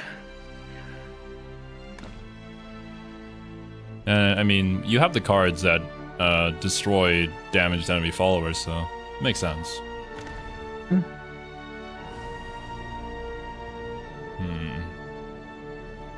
The choices for a free deck are shaping for me to be an easy choice for Haven, since Karula isn't there for Portal. If you're going for meta, yeah, probably pick Haven. I think Haven stonks. Go up. Like, you really don't need to do any play testing on this. I'm fairly certain Haven's gonna be strong. What's up, corpse eating worm? Welcome. Are you ever sleeping? It's currently 6 p.m. my time. Time zones exist, my dude. Oh, there's a neutral card too. At the end of your turn, if there's a super evolved ally follower on the field, deal 2 damage to all enemy followers. There's also Goblin that does 4 with a super evolved allied follower on field. Goblin. I do love me a goblin. Oh my. On my 1 pull, I get a legendary. I'll take that. Nice. Oh! Limaga Untamed Wild. I honestly might build a control forest deck because Limaga is hot. There is no other reason. Fanfare, select 2 enemy followers on the field, give them can attack followers or leaders until the end of your opponent's turn. On Super Evolve, select 2 enemy followers on the field and give them at the end of each turn, deal 1 damage to your leader and deal 2 to this follower. Board lock them. Oh, is this the first version? No, we had this earlier. Did you see this card yet for Spell Boost? It's a 5-cost 4/4. On Fanfare, it summons 2 onion patches. And on Evo, gives you the crest, where at the start of your turn, summon an onion patch. So basically, every single turn they'll get an onion patch, which is a 1-cost 1/1 with Rush on Strike. Spell boost your hand.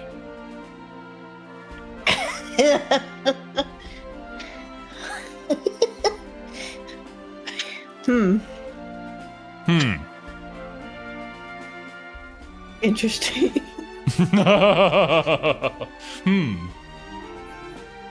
You run like 2 copies of this in a spell boost deck. You pull one of them, you play them, you maybe save your Anangrea for a different turn when you have like your 0-cost flame destroyers or whatever to hide behind the 5/5 ward. This is kind of good. It's very good.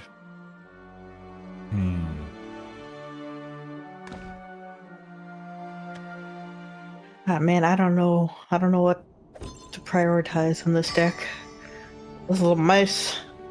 It's always gonna be mess on day 1. Fight your mess? I don't even know what kind of mess I'm gonna make.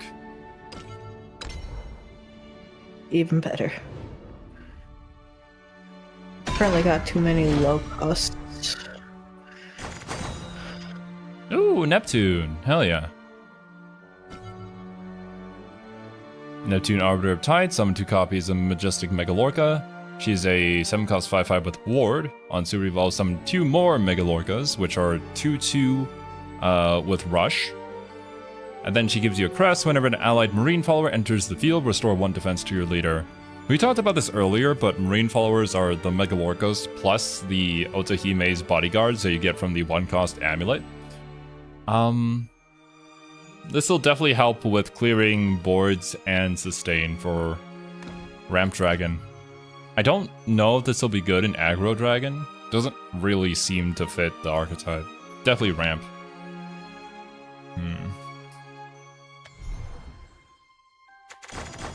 I think this deck is gonna be terrible. I think so too. When is the first iteration of a deck never terrible? I think I've got 2 ideas and I don't know how well they're gonna play together. Oh, look, guys. More consistency for Forestcraft. 2-cost spell card. Needs.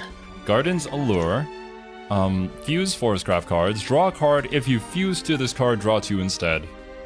2-cost, fuse 1, draw 2. Replaces itself and the cards that was fused. That's good. Really good. Play this in Roach and in Control, probably. Just more consistency. Why not?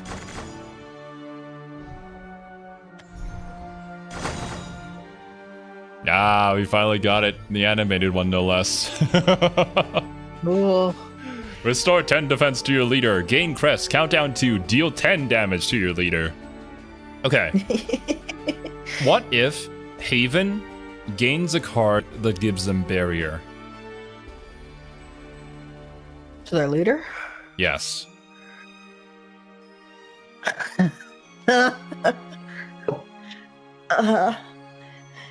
We don't currently have anything that's given leaders barriers in the game. Not yet, but if you remember... Not yet. No, I remember it in Shadowverse 1. Yeah. I had quite a few cards back then that did that. There was a card that came out with Wilbert, or the last iteration of Wilbert that we played. That was like, she kind of looked like Saber, essentially. That also had Storm, and when you played her, she gave barrier to all your followers and your leader or something like that. So, yeah. There's also a scenario here where, let's say, somehow, right, you've gained 5 crests, and then you play this. The crest doesn't become a thing, you just heal for 10. What Maybe. if you have 5 crests before you play that card? There are 3 more expansions after this before rotation happens, very likely. You never know. I mean, I can see that being a thing in the future, but I feel like first rotation is a... Yeah, I'm hoping not, man. That's... Oh boy. I can see Imagine. this being a thing in Unlimited, whenever that becomes a mode. Oh, yeah. For now, though, it's like, please give me 1 turn, God. Please 1 more turn so I can beat they ass. And then God's like, 10 defense to you, my son. But only for a while. Anyways, 5 cost Is saving it? Wait, crafts. it's an amulet, right? It's a spell. Oh, it's a spell. Mm-hmm. How does the effect kick in? It immediately restores 10 defense, but you get the crest that has a countdown of 2. When the crest goes away, it deals 10 damage to your leader. Oh, the crest has the countdown. Okay. Yeah. Because my first thought was then if it was an amulet, you could just Odin and get rid of it. But if it's a countdown on the crest, I wouldn't do that. Yeah, no, Odin cannot get rid of your crest, unfortunately. Imagine though. 5 cost 4/4 for Haven. Immaculate Adjudicator. There you go. Such a hard word to say. Select an enemy follower on the field and banish it. Be gone with you, he says. At least you don't have to Evo, but it is pretty costly for 5. Ooh, yeah! Karen, Stygian Oarswoman. Fanfare, reanimate 2 and reanimate 1. Whenever an allied departed follower enters the field, give it ward. Reanimate 2 and reanimate 1. We'll have to see the targets that we want to pick for this. On Super Evolve, gain Crest. The Crest has a countdown of 2. At the start of your turn, reanimate 3. Great card. I'm going to be including this. Say you finally have a use for your shadows. Yeah, right?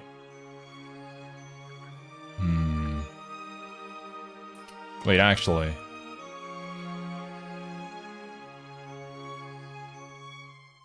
Reanimate doesn't cost shadows. What does it cost? They cost nothing if they don't have the Necromancy reanimate before it. This is just reanimate. So regardless of shadows, you just reanimate a cost that died that is a 2 cost or a 1 cost. Weird. Okay. Yeah, I'm sure you're used to like Necromancy reanimate 3, which would be the tagline there. But no, this is just reanimate. Because, yeah, shadow before, you always needed shadows to reanimate things. We still don't really have a payoff for Necromancy, apart from Cerberus 6 shadows giving everybody +3. But yeah. Great card.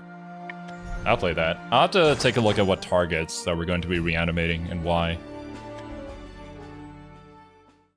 Yeah. Especially for a specific 3 cost, what that would bring back for you. Because what is Mimi's 2 cost? Mimi's a 2 1 cost. Oh no, they're 1 cost. Yeah. They're all 1 cost cards. Yeah. Yeah. Which is why the new Forest Craft card that changes a card on your field to become fairies is going to completely screw me over. Oh. Cerberus super evolved. Yeah. 2 fairies show out of nowhere. Wow, that's exactly what I needed. Thanks, game. Bruh.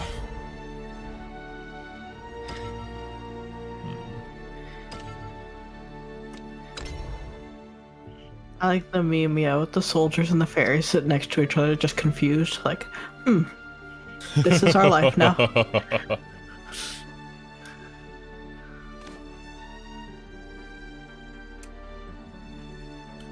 Ghosts are 1 cost. She reanimates a 1 and a 2. And then gives you the crest to reanimate a 3. Not a whole lot of targets I want to be reanimating at 1.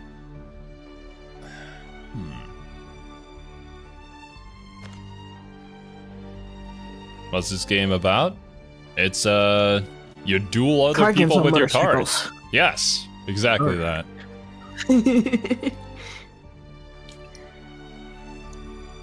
What 2 costs would I want to reanimate?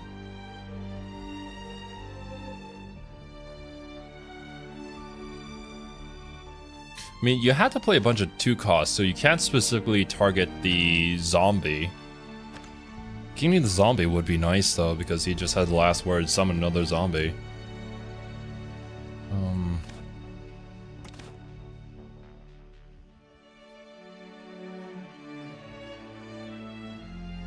Oh no, running zombie's a 3 cost, actually.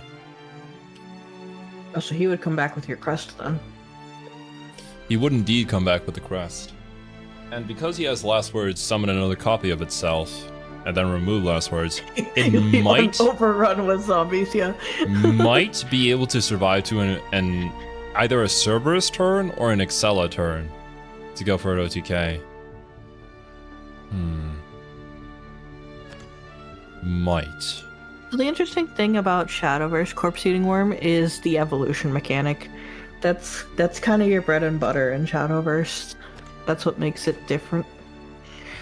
You can basically have a buff that can either do 2/2 or 3/3, depending on which evolve you use, and some have effects for when you evolve them.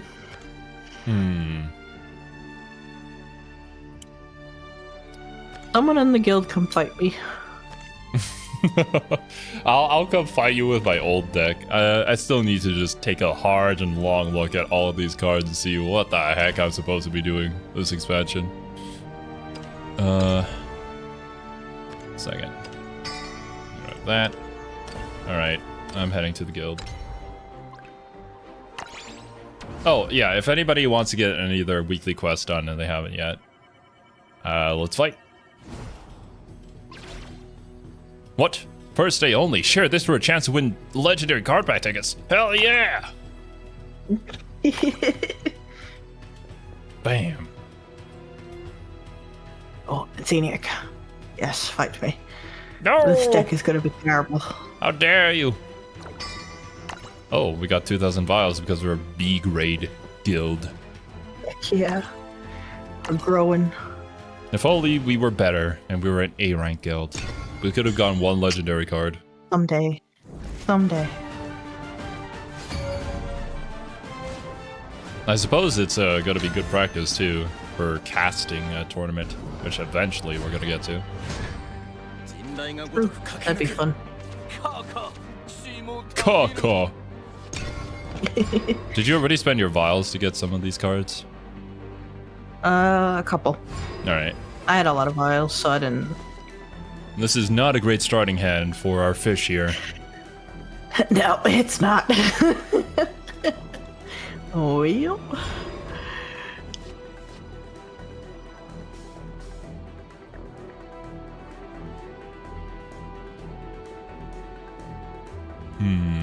Glad to see Odin's already taken the place of my centaur, sitting in my hand doing nothing. Oh my god. Yeah, I do not know about the Band of Battle Princesses spell card, I don't know not either. gonna lie. Yeah. That one... I'm not sure either. It really doesn't provide you with rally, It provides you with some removal, but do you really need that as a follower-based deck? No. Yeah, that's what I'm like. I put it here to try it, and I'll see how I feel about it. Mm-hmm.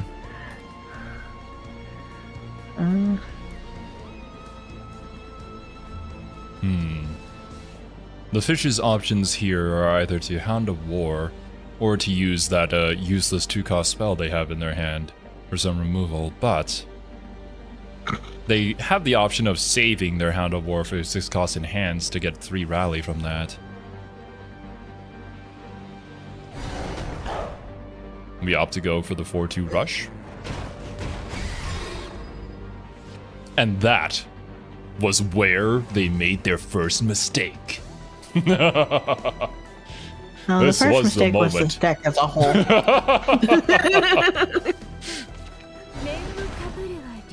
Oh damn. Without the Evo too. No extra play point gained by playing her. Oh, would you look at that? You can play the 4-cost enhanced spell.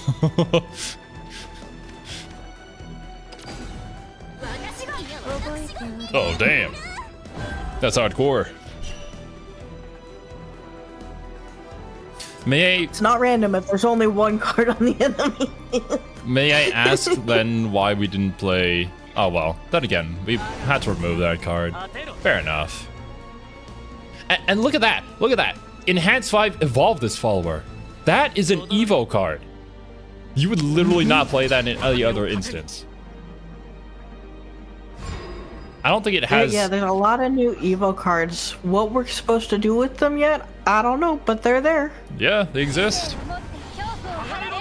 I mean, you could play them as like a spot removal, but I'm sure other crafts probably have better options. Yeah. Damn, Oh no! you messed up. Jerk! Yep. I didn't read the card effect. That's on me. We didn't read. I didn't read. Damn, look at that useless Draconic Strike card. Oh hey, I got the stat menu back. Heck yeah. Stat menu, my beloved.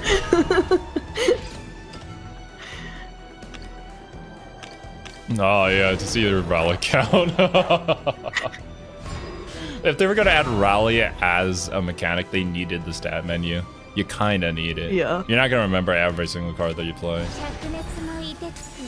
I know if I had the rally card in my hand, I think it showed me before, but right now I don't, so I'm like, I don't know what my rally's at. What is it? Well, I see there was a slight misplay here. Firstly, you needed to evolve your Phylene to do 1 damage to all of them, and then use the White Frost Whisper. That way it would have killed all the doggos. But, it's alright. My doggos. Oh my god. Oh my god, Serby. Oh my god. This should not happen. What the balls? What am I seeing? This, I don't know. This is some What is big it? brain legendary plays right here, folks. I can't believe it. I've That's a never seen one-up in my anything deck, like that too. in my life. One of. She just happened to be there for that moment. Oh my goodness.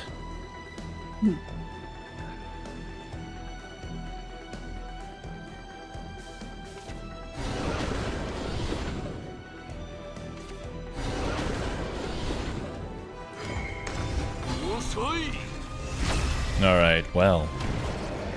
Unfortunately, Insaniac, that mistake has cost you the game. Because of a meme card that should not have been able to do Oh, what no. it just did. God damn! I did not deserve that win. If we hold a tournament, there's gonna be some crazy plays happening here that is never seen at any Shadowverse tournament ever. What did I just witness? Oh. I'll play again in Insaniac. Let's do it. Alright. What happened there? Ow? Shadowverse happened. The heart of the card spoke. I was just saying that Evo is the bread and butter of Shadowverse. That's what makes it special. I've already determined I don't like this card. Twice now it showed up in my starting hand and I don't want it here. Yeah. Yeah.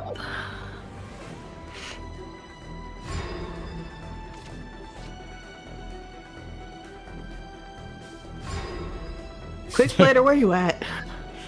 He's chilling at the bottom of the deck. He wants to sit this one out, personally.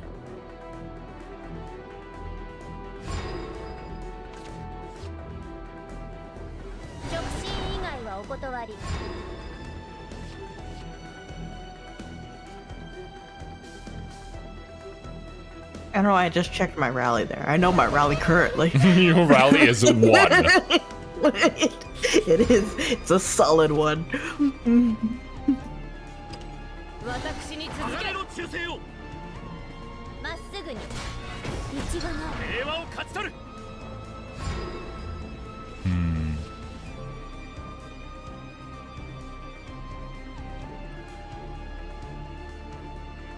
Without any ramp cards, Insaniac may be in a bad position here in a second. Sword can easily spiral out of control if you allow them to take tempo of the game. It's my tempo, you can't have it.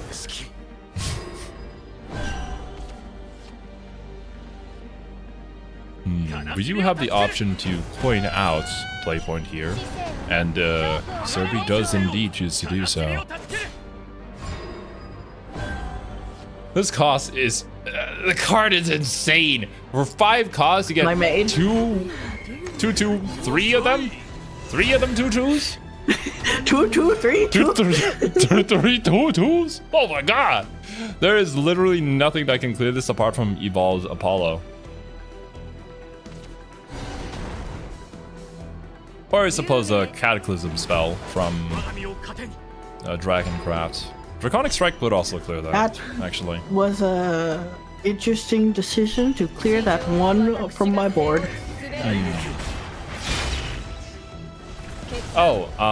Corpse Eating Worm. I'm currently spectating, not playing. I'm watching Serbi. Serbi is the Swordcraft player here, as Albert. And Insaniac is currently playing as Dragoncraft over the top side here.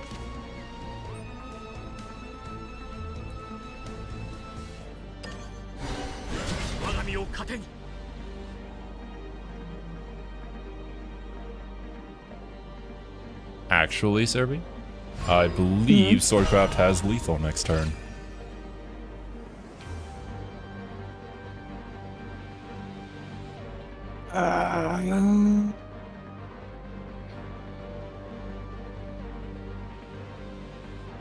Do I? Serbi? Yeah. Do you need help? Yeah. +1 play point. Is it the Odin? Super Evolve Odin.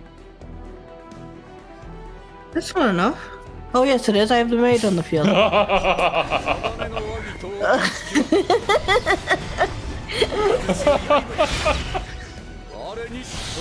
Hey, it's a long day. Crashed my car. Shitty day at work. 4:30 a.m. It's been a long day for the both of you, apparently. This is fantastic, though. I've never seen Shadowverse like this. But you know, Zero. But what in the balls? Alright. Well, thank you for the games, Insaniac. That was fun to watch.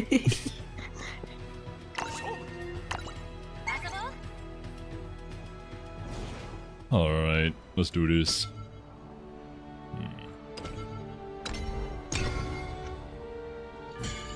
I have to get the rally off, Zero. Yeah, you think you're gonna get it off against me? Probably. Like, I really don't do anything until turn 8. Well, I've got too many useless cards in my early hand. That seems to be the case, especially the spell card. The spell card just gotta break your hand. That one's gotta go. Gotta go. Not useful right now. It might become useful in the future. We'll see. Oh yeah, definitely. Against Sword, if you don't draw Apollo in the early game as Dragoncraft, you're kind of just screwed.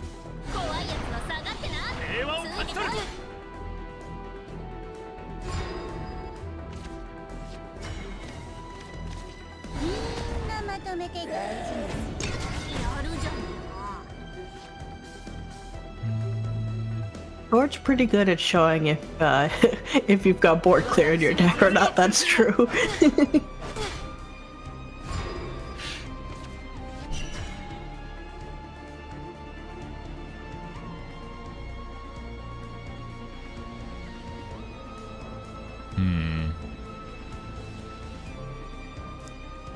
I hate the fact that I have to do this. My hand is something at the moment. This might lose me the game, but like, what other option do I currently have? I have not drawn my Apollo.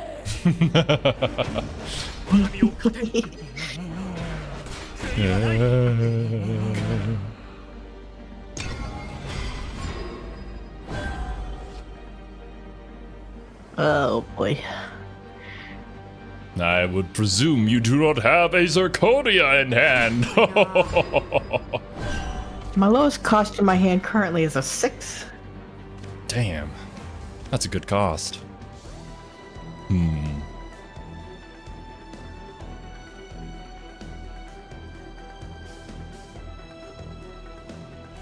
Bit of a shame.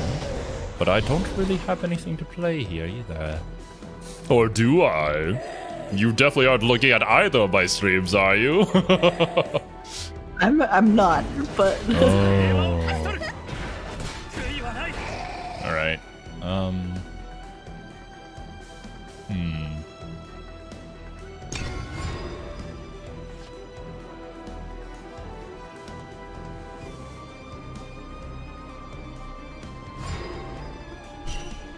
That is a hullabaloo for sure. Things are currently happening. I've got a 6, a 7, an 8, a 7, a 6, and a 7 currently. That's a lot of numbers. And none of them are the right numbers.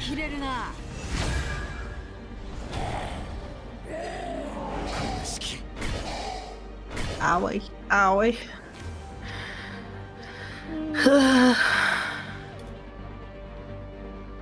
Hard to rally when I can't play anything from my hand.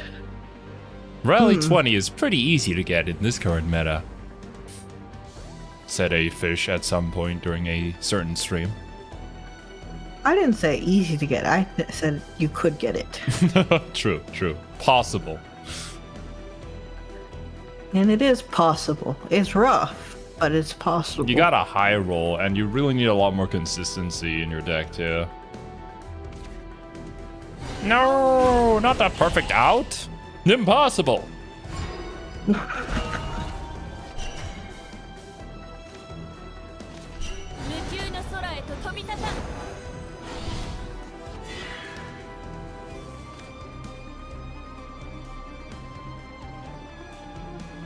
Damn, bro. I like the word possible. Well, good for you, Robin.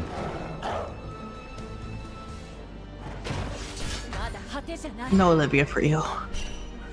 I didn't want her anyways. I didn't have a Evo target for her. Good. But you know what I do like? No. Setting up for lethal. No. 8 plus 1. 9. 12. You don't have enough damage. You don't know that. You don't have any zero cost cards with Storm. That I do know.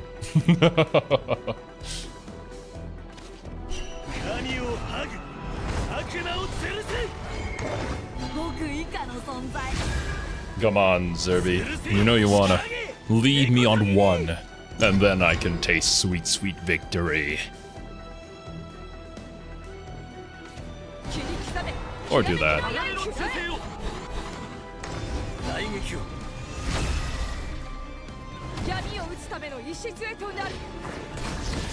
If only I had some sort of way to remove that card.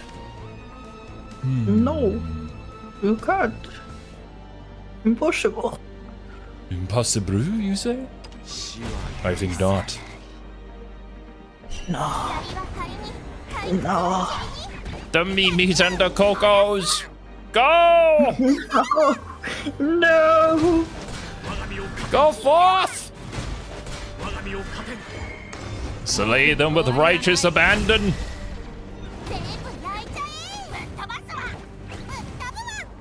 You know, at least they're cute. At least I'm dying to something that's cute. I need to tweak it. I need to. Some changes must be made. Certainly. For sure. Alright. Let me take a look at what people are running. See if we can't figure something out. Oh, no quest. Ooh. First off, get out of here. I don't want you. Damn. I don't want you. There. Harsh.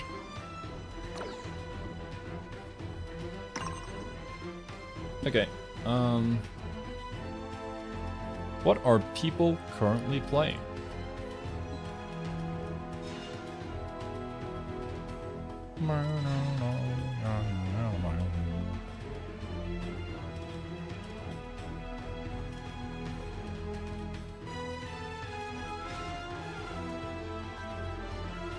Oh, well, for you guys, let's spectate this so we can see what's going on. I want to take a look at this in the background.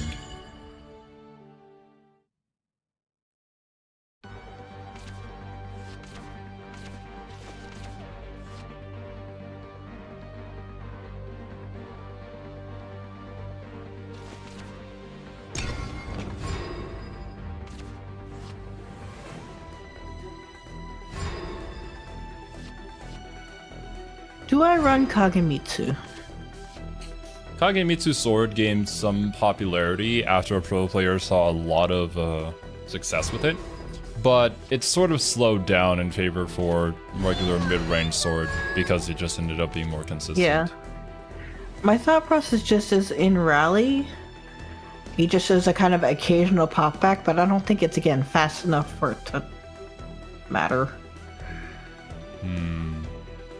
There are better cost for 3 that will rally more. Yeah, it's hard to say. I don't know the numbers off the top of my head, obviously. Playing him on turn 2, and then, like, if he dies every single time he shows up, like, would that be worth the cost?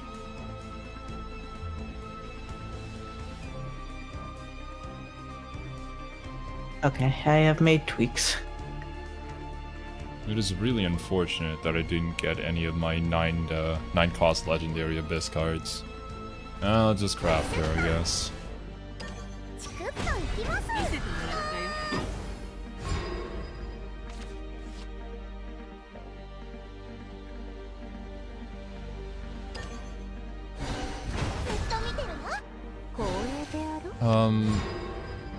Looking at what most other people are currently playing with sword. Oh my god!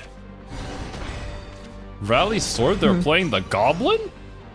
The Goblin?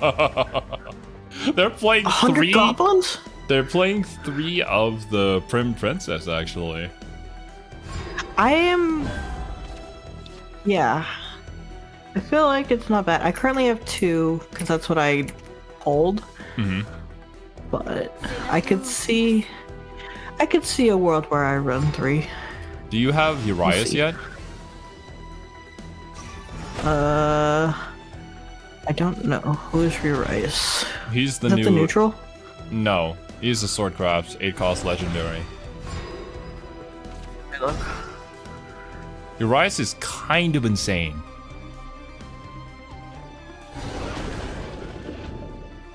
Can I draw any of my Ram cards? No, Insaniac. No. You have to be him to do that. Whenever the front is of the field. Oh yeah, him. Very good. Oh, wait a minute. Hold up. We might see something interesting happening here, folks.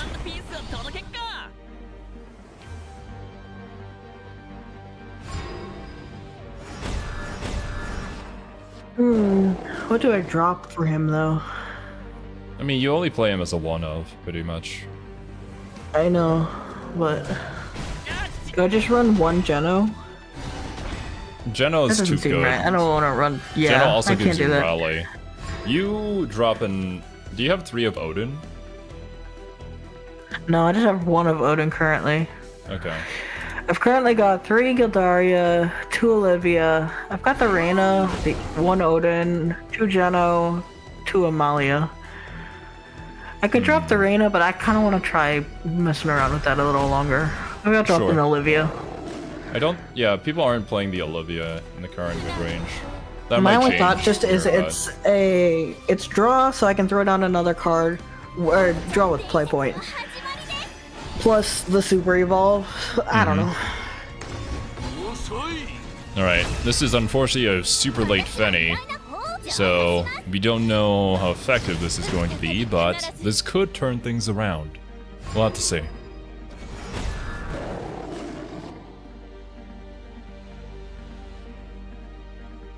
All vials.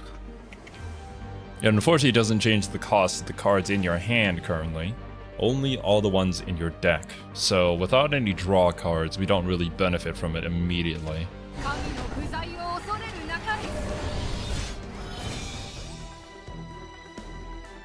Havencraft Stonks.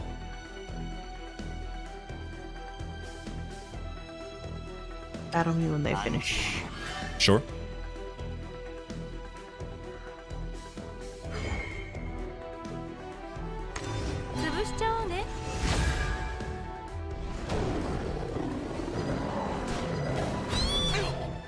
Three of Fenny, a 1 of a Grimnir.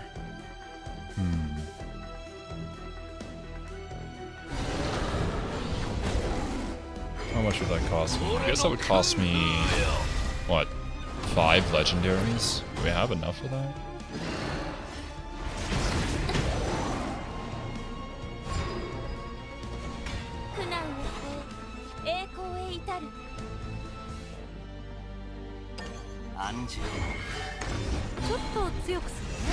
What is Roach currently doing? Roach is still doing Roach stuff. Their deck hasn't changed very much. It's still very good. Alright.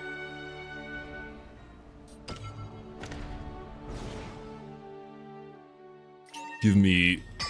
Oh! Play 10,000 spells collectively as a guild was achieved and the following has been received! We have just witnessed history today, folks. Alright. Give me 1 second to tweak up a new deck. Yep. Do I? I shall wait for you. Oh, from the Loopies Galore X giveaway. Why, thank you. Rupees galore. Here, have 1 card pack. Much galore. Hey, Ruby. It's definitely the marketing and the language being used that's quite confusing.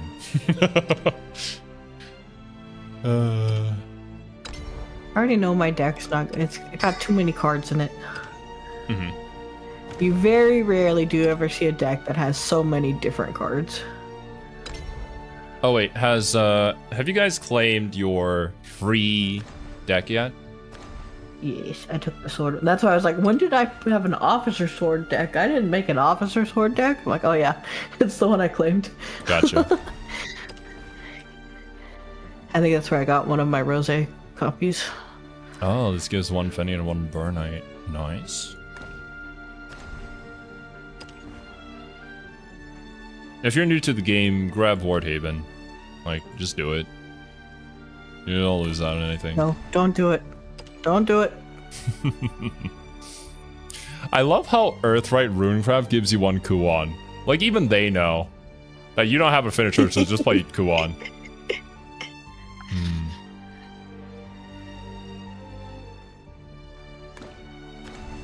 Hey, freak one. Picking this up would be a waste, though. I already have most of these cards. I'll just craft them. This one gives you an Orcus. I already have 3 Orcus. If it picks up Pixie Forest Craft, I'm finally getting a copy of Arya. She's one of the legendaries I still don't have after all this time. It's kind of insane. These are, yeah, all from the first set, aren't they? I've got pretty much everything. Oh no, there are a few new cards mixed in as well. Like here, they also give you a Titania. I believe they give 2 legendaries per pack.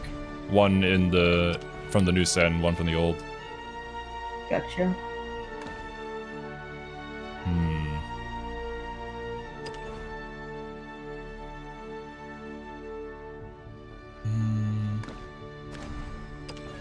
Did they give any dirt rune support? Yeah, but I don't know if it's going to be good. Doesn't really seem to be a finisher, unfortunately. I'll craft the dirt right. Earth right deck. I think the one that gives me the most value is probably Ramp Dragon. I don't have either Fenny or Burnite currently, so I'll grab this.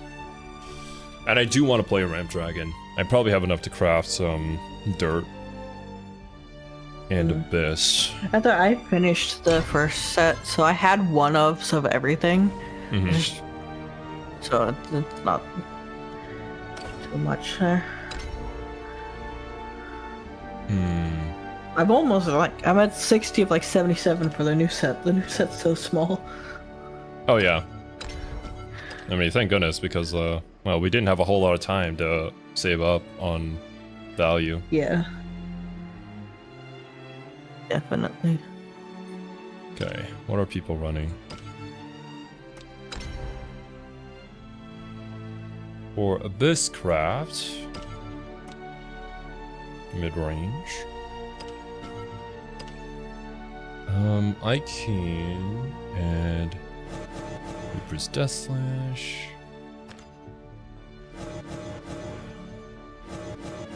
All the usual cards. The usual suspects. Fun movie.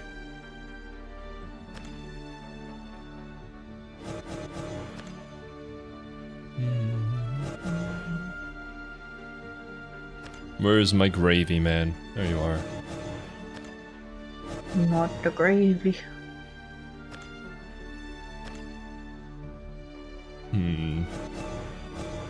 I don't mind crafting Odin. It's like, you use him in a lot of decks. I was gonna say, Odin, especially since he's a neutral card, it's like, he'll find a place in somewhere, I'm sure.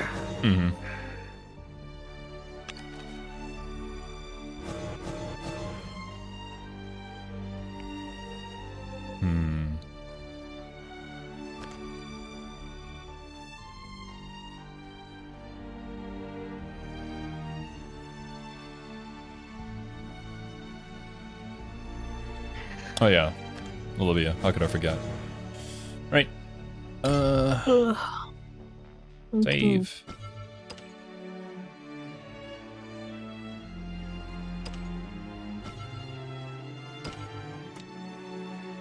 Range this.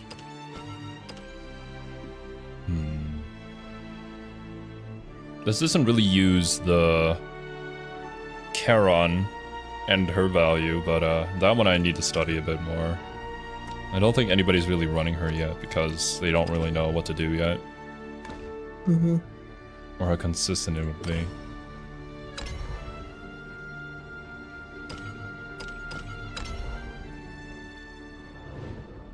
Ooh, I got a legendary.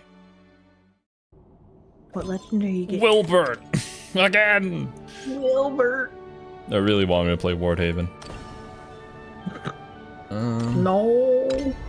I mean, I wouldn't be opposed. Don't do it. Alright, that's a lot of vials.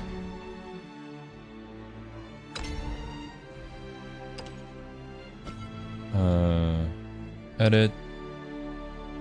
Cards needed. 17,500 vials. Easy. so close. Wardhaven tutorial was brutal. They were bullying Albert so bad. Albert's very bullyable. Alright. Head to the guild. Let's see how this performs. Oh my god, you're just inside of me. Like Battle me. da.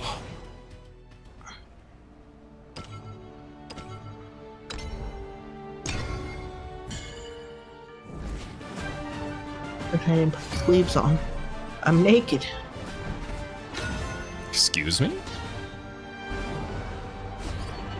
Sleeveless.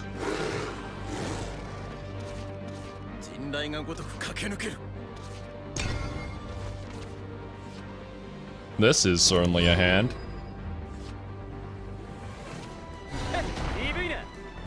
Quick Blader, I've missed you. Welcome back.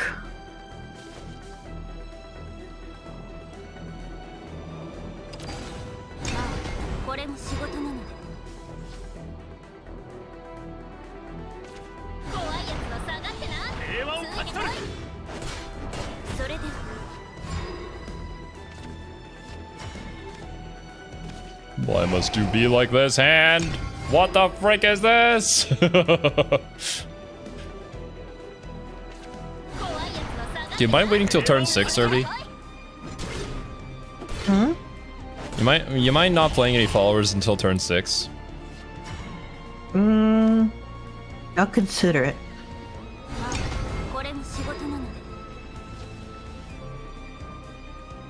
Yeah, like, I don't care how good you are at Shadowverse. If you get a hand like this, you're not winning.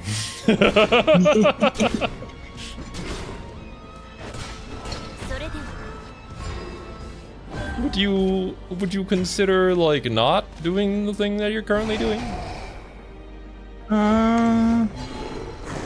No.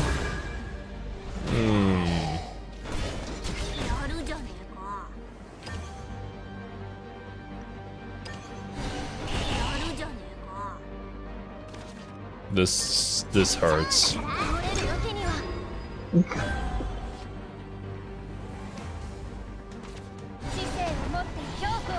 Would you like not? I literally have nothing to play.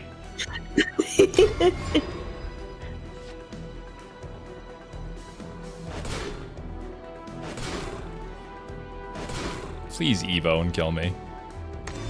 Thank you.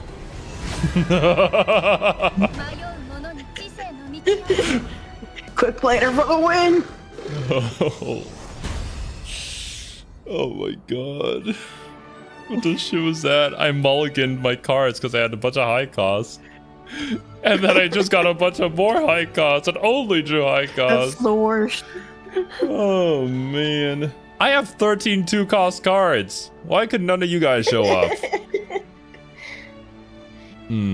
Anyways, I see. 1 second.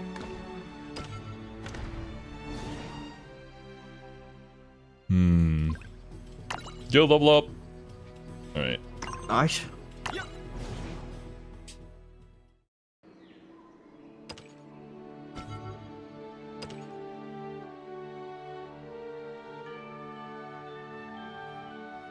Okay. My battle base.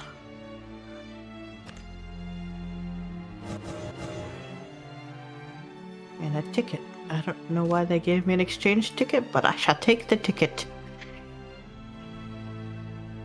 They're very, very sorry, Survey.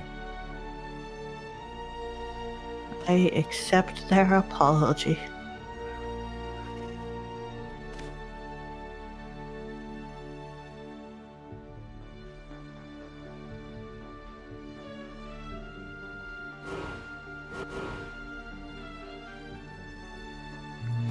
I got 2 lucrative deals. Oh my. So lucrative.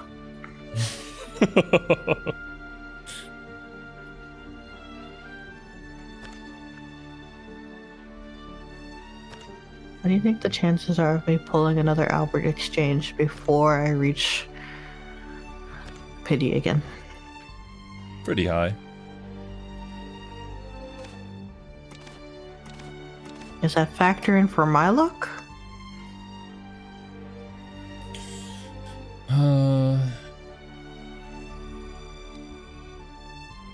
It does add more clear. Well, like chat. More than half of my deck is low-cost cards. More than half of my deck is less than 5 play points. I just drew none of them. Alright, well. Let's try this. No. It's so easy to accidentally leave the game. It is.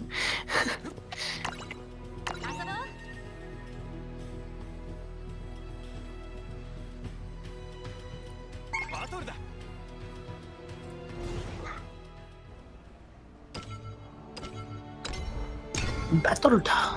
Okay.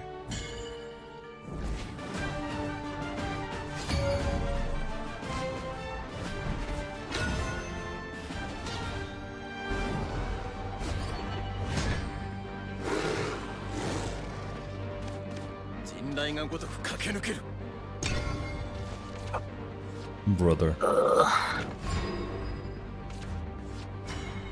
a great trade, but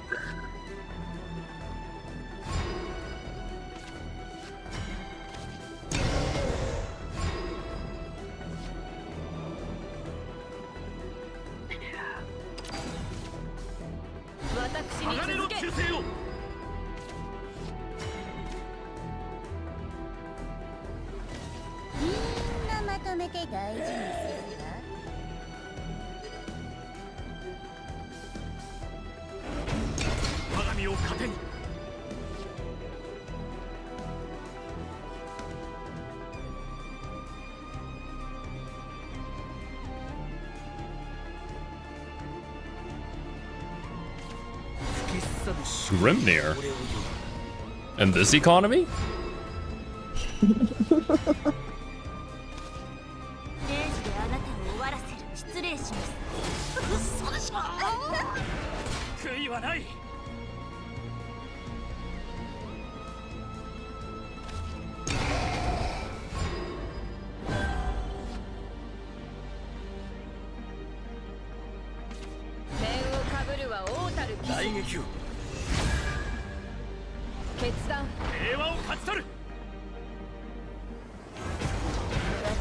I would not recommend doing that. true.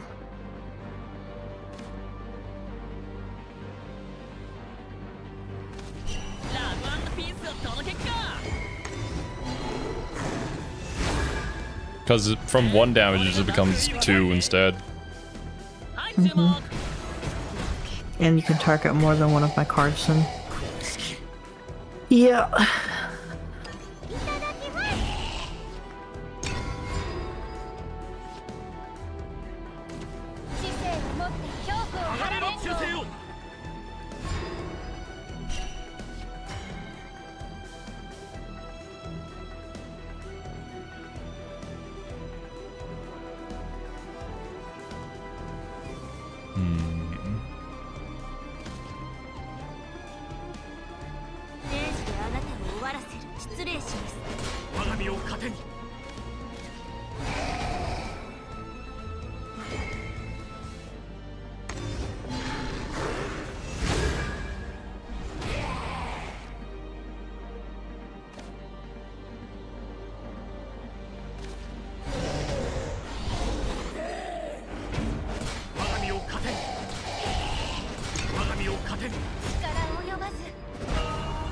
I hope you're happy that you just get to play 1 card and I had to spend all this resource to get rid of all that.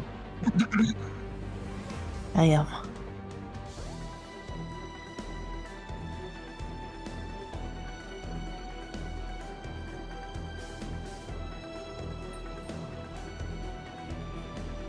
feel like this version probably like some mid-game play. It's really all in the late game. It's way too late game heavy.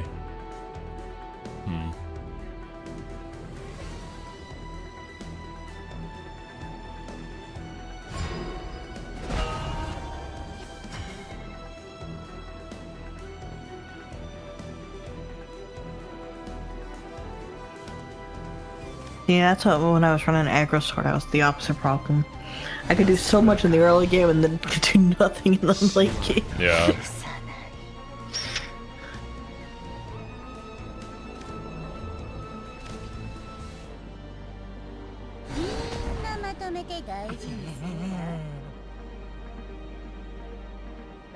Four, 7.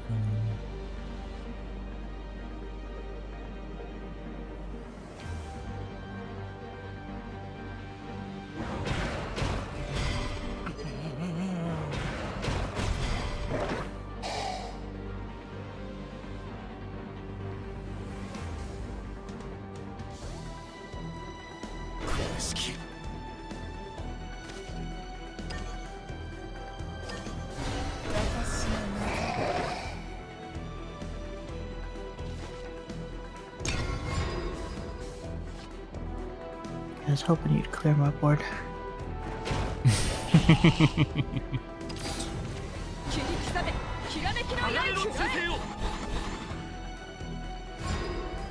not gonna even clear the 1/1s before my turn 8? Nah. No. You sure about that? No. Okay. Sure. Let's do it.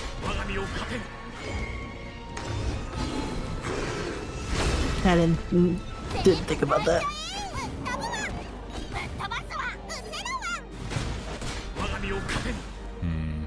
Well, you are lucky, aren't you?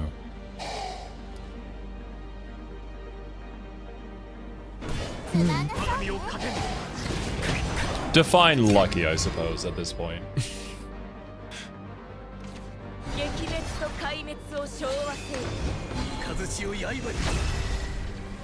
Is this a manual Super Evo? Yeah.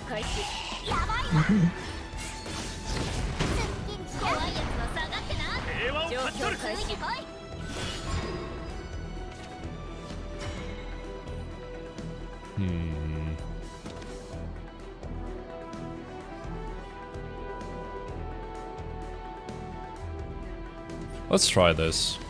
This isn't the play here. I should play Cerberus, but I want to play this card.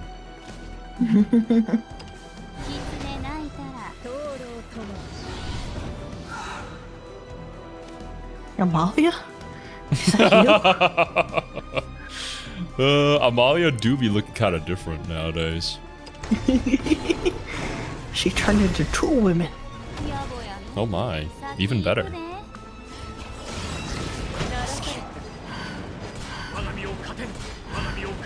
I realize my wards here don't actually stop in Albert. Or just I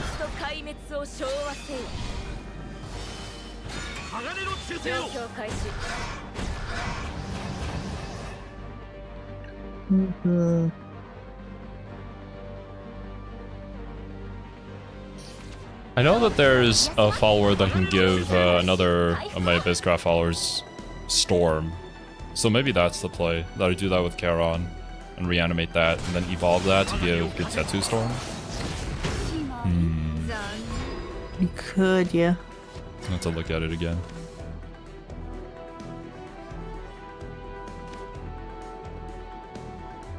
I don't think you can say anything is in the bottom of the expansion currently. It is way too new for that. Yeah, right now, it's hard to tell.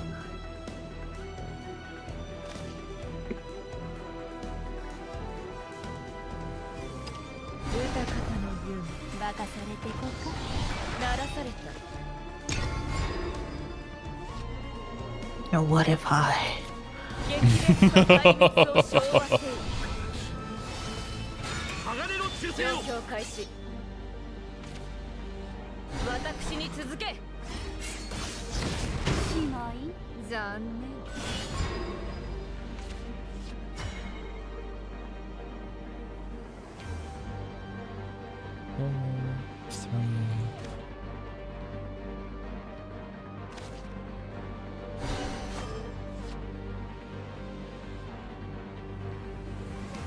Don't do it. What should I not do? I don't know, but don't do it.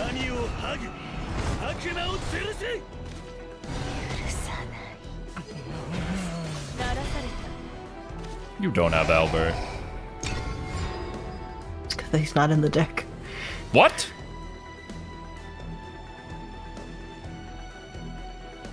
Probably should have at least a 1-of. Got too many interesting high cost cards currently. Hmm.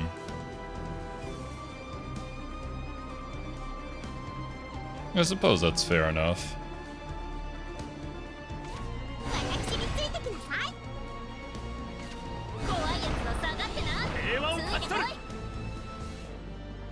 Well, I mean, that's tier 3 Gildaria. And you're also out of gas. Is this wise? Nope, but what else I got?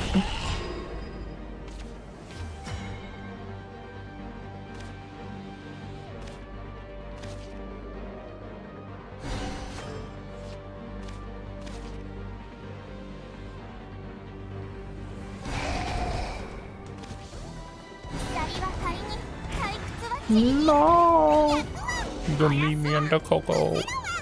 How could this be?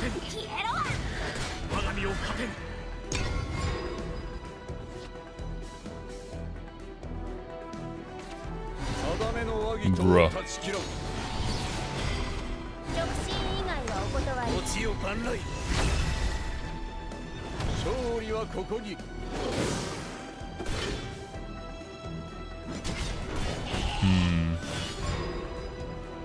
Oh, I forgot. Oh. Well. Wow. I wouldn't have killed anyways, but... Yeah. I'm not used to having a crest sitting there. Alright. Wow. Very clearly, we both have to do a lot of tweaking with these decks. My goodness. No. Alright. Zero. How many copies of Fenny should I run? I'm thinking 2, but 3 might be the safer bet. That's the issue with Fenny. I don't know if you even run her, bro. She is a massive tempo loss. She does seem to have like a really big payoff, but we call her the chicken for a reason, right? It's kind of a meme deck, and in OG Shadowverse, sometimes you could high roll with it, but I don't know, man. I have to play test it myself to really figure it out. You probably want to run 3 if that's your main game plan, and then you run a bunch of draw cards in order to get there. You don't really have many choices for ramp cards apart from Lui Feng and the 3 cost. But if you don't draw into them, then and you play Fenny on turn 8, you kind of just lose the game. Dare I say the Odin's not worth it?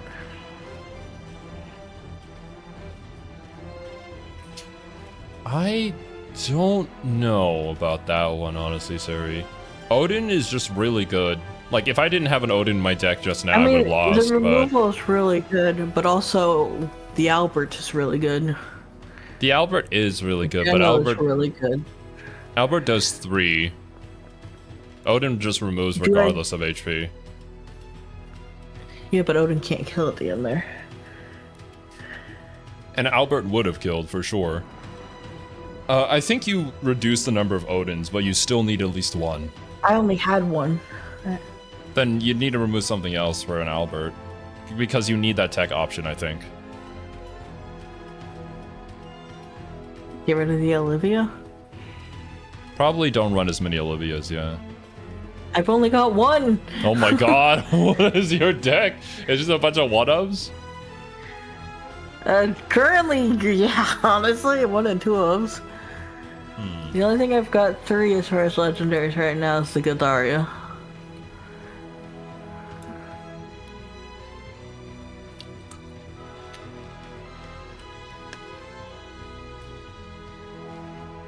Legit, I have no idea what I'm supposed to build for Dragon right now. I think sticking to aggro is the answer since ramp is still kind of garbage. Okay, Sniper, I'm sacrificing you for an Albert. I mean, do you have any of the Neptune? Well, do you have Neptune? Let's see. Let me see what I can cook up for Dragon here. I want to play ramp. I don't really like aggro Dragon. It's not really my style. Let me look. Do you have a link to one of the deck builder sites that are currently posting early decks? I want to look and see what other people are doing, just to see. Here's some of the lists on Game With. I would recommend this over Shadowverse Wins, because people are just posting like funny meme decks now. Sick. A lot of people are, unfortunately, just trolling.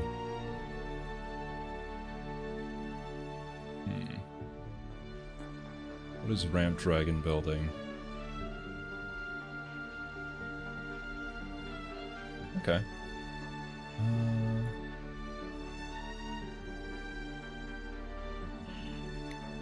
They're calling it mid-range royal? Royal is the name of swordcraft in Japanese. Oh. You know, that checks out. Goblin. I think Bizcraft is like Satan or something. Demonic.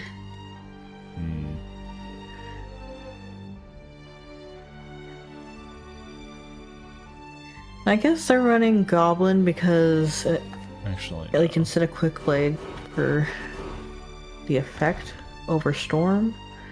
I don't know about that one though. I'm running the Feldu still, which also I'm not sure on. There's a lot I'm not sure on in here. Damn. Alright, what are we running here? We run the Phylene, we run one Grimnir. There's a Super Evil ally following the field, deal 2 damage to all enemy followers. 3 snipers and 2 Zirconia. And 2 of, what's her name? Fucking... Prim? Prim. Yeah, they are running Prim. I don't know about that one, Chief. I don't think I like that deck. Well, once again, we still have to wait and see how the things actually fold out, of course. We don't know what's good right now. I'm gonna save this. I'll make a copy of this one elsewhere. Let me... New deck. Sword. Let's see. Yeah, the thing with Neptune is once you get to I her... just don't know how they're expecting to rally in this. That being said, Galdaria clears board, but she doesn't win you game, is the issue.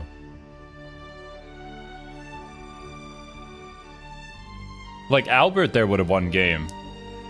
Yeah, I definitely needed my other high cost cards to come in. I didn't have that. That's where the Albert I think I still need. But things like running 3 Samurai, 3 Snipers still, but only 2 Zirconia and adding 3 Prims? I don't know. The thing with Prim is that she can potentially push damage, is the thing. But I don't know if, like, the board is going to survive for that. Like, I don't know about Prim's potential. I kind of have to see people try her out in order to feel out how it's going to go. Like, I love Sniper, but also, I don't know. Nobody does currently. But yeah. They're not running any Iron Crown Majesty? That seems... I don't really see any decks running Iron Crown Majesty nowadays. Really? Yeah. So, for Ramp Dragon... seems really good. Neptune is kind of going to be the core, where she's going to provide her crest here. That whenever an allied marine follower enters the field, restore 1 defense to your leader. It is absolutely necessary for you to survive the early game. Because, like, without any of your 2/2 Megalorcas here, you're going to get run over. You're not going to have any board clear if you just go full ramp.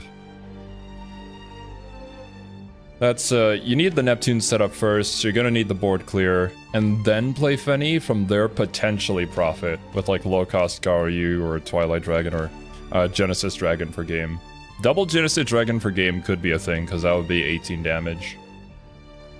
That being said, though, probably you gotta Super Evolve a Twilight Dragon for that to happen. And Twilight Dragon is absolutely necessary for this if you want Fenny to work, because on Super Evo that's a draw 3. But you gotta have to save your Super Evos for it. Which you might end up using before that. Less than 40 cards? What am I missing? This is hard. I'll have to try playing this. I need to save up some vials for it.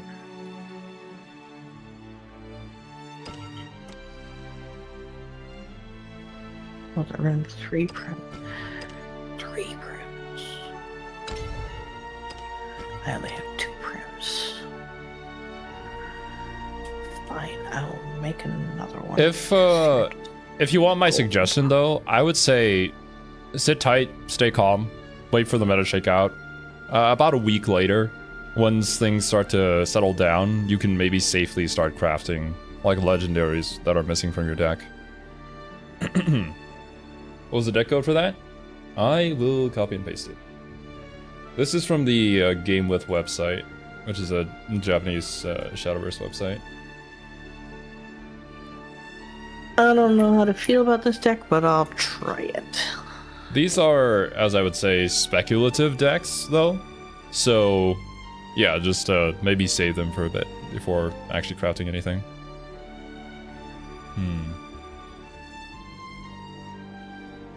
I definitely think the older cards, the older decks that we were using before are still viable, though. Like, I was still able to play pretty well with my mid-range Abyss. Oh, my previous mid-range Abyss. This one I think is missing something. Gensetsu is a pretty late game payoff that I don't know if it's good enough. I mean, that's the thing with new sets. Usually, while the meta will shake up, the longer it goes on. At the start, you're solid. Just keep doing what you're doing.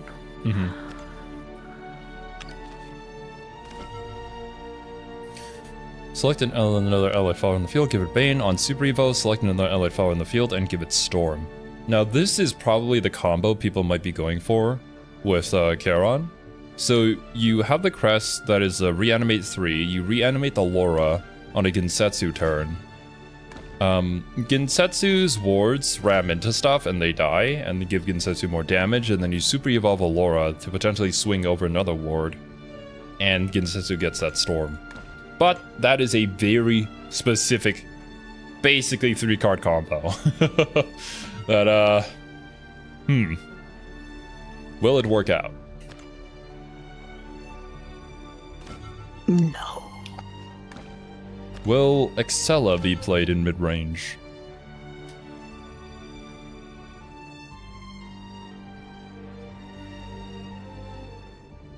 Charon is really great for stalling as well, because she can give all departed followers that enter the field ward.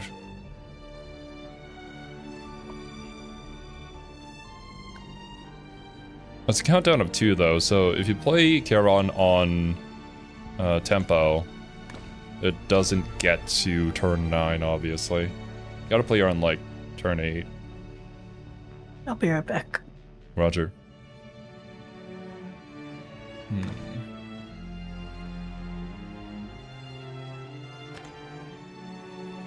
But if you want the consistent revive or reanimate 3, that would be like the only 3 costs that you play.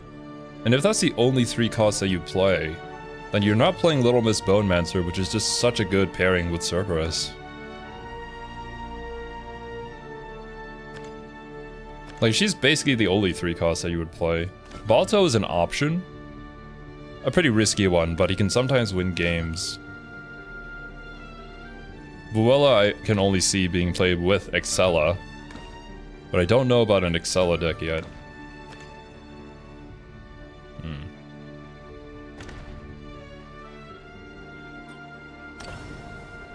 Well, anyways, my dudes, I think I'm gonna call it here for now, and we shall wait and see how the meta shakes out. I'll keep a close eye on it.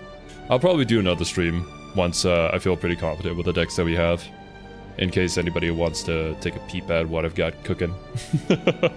But yeah, a lot of studying to do, a lot of playtesting. And I also have to go eat dinner and then come back to stream again for more Space Marine, so... Yep. Thank you guys so much for joining me. Hope you guys enjoyed your time. I hope you all have a wonderful rest of your day, and I will catch you in the next one. Later, dudes.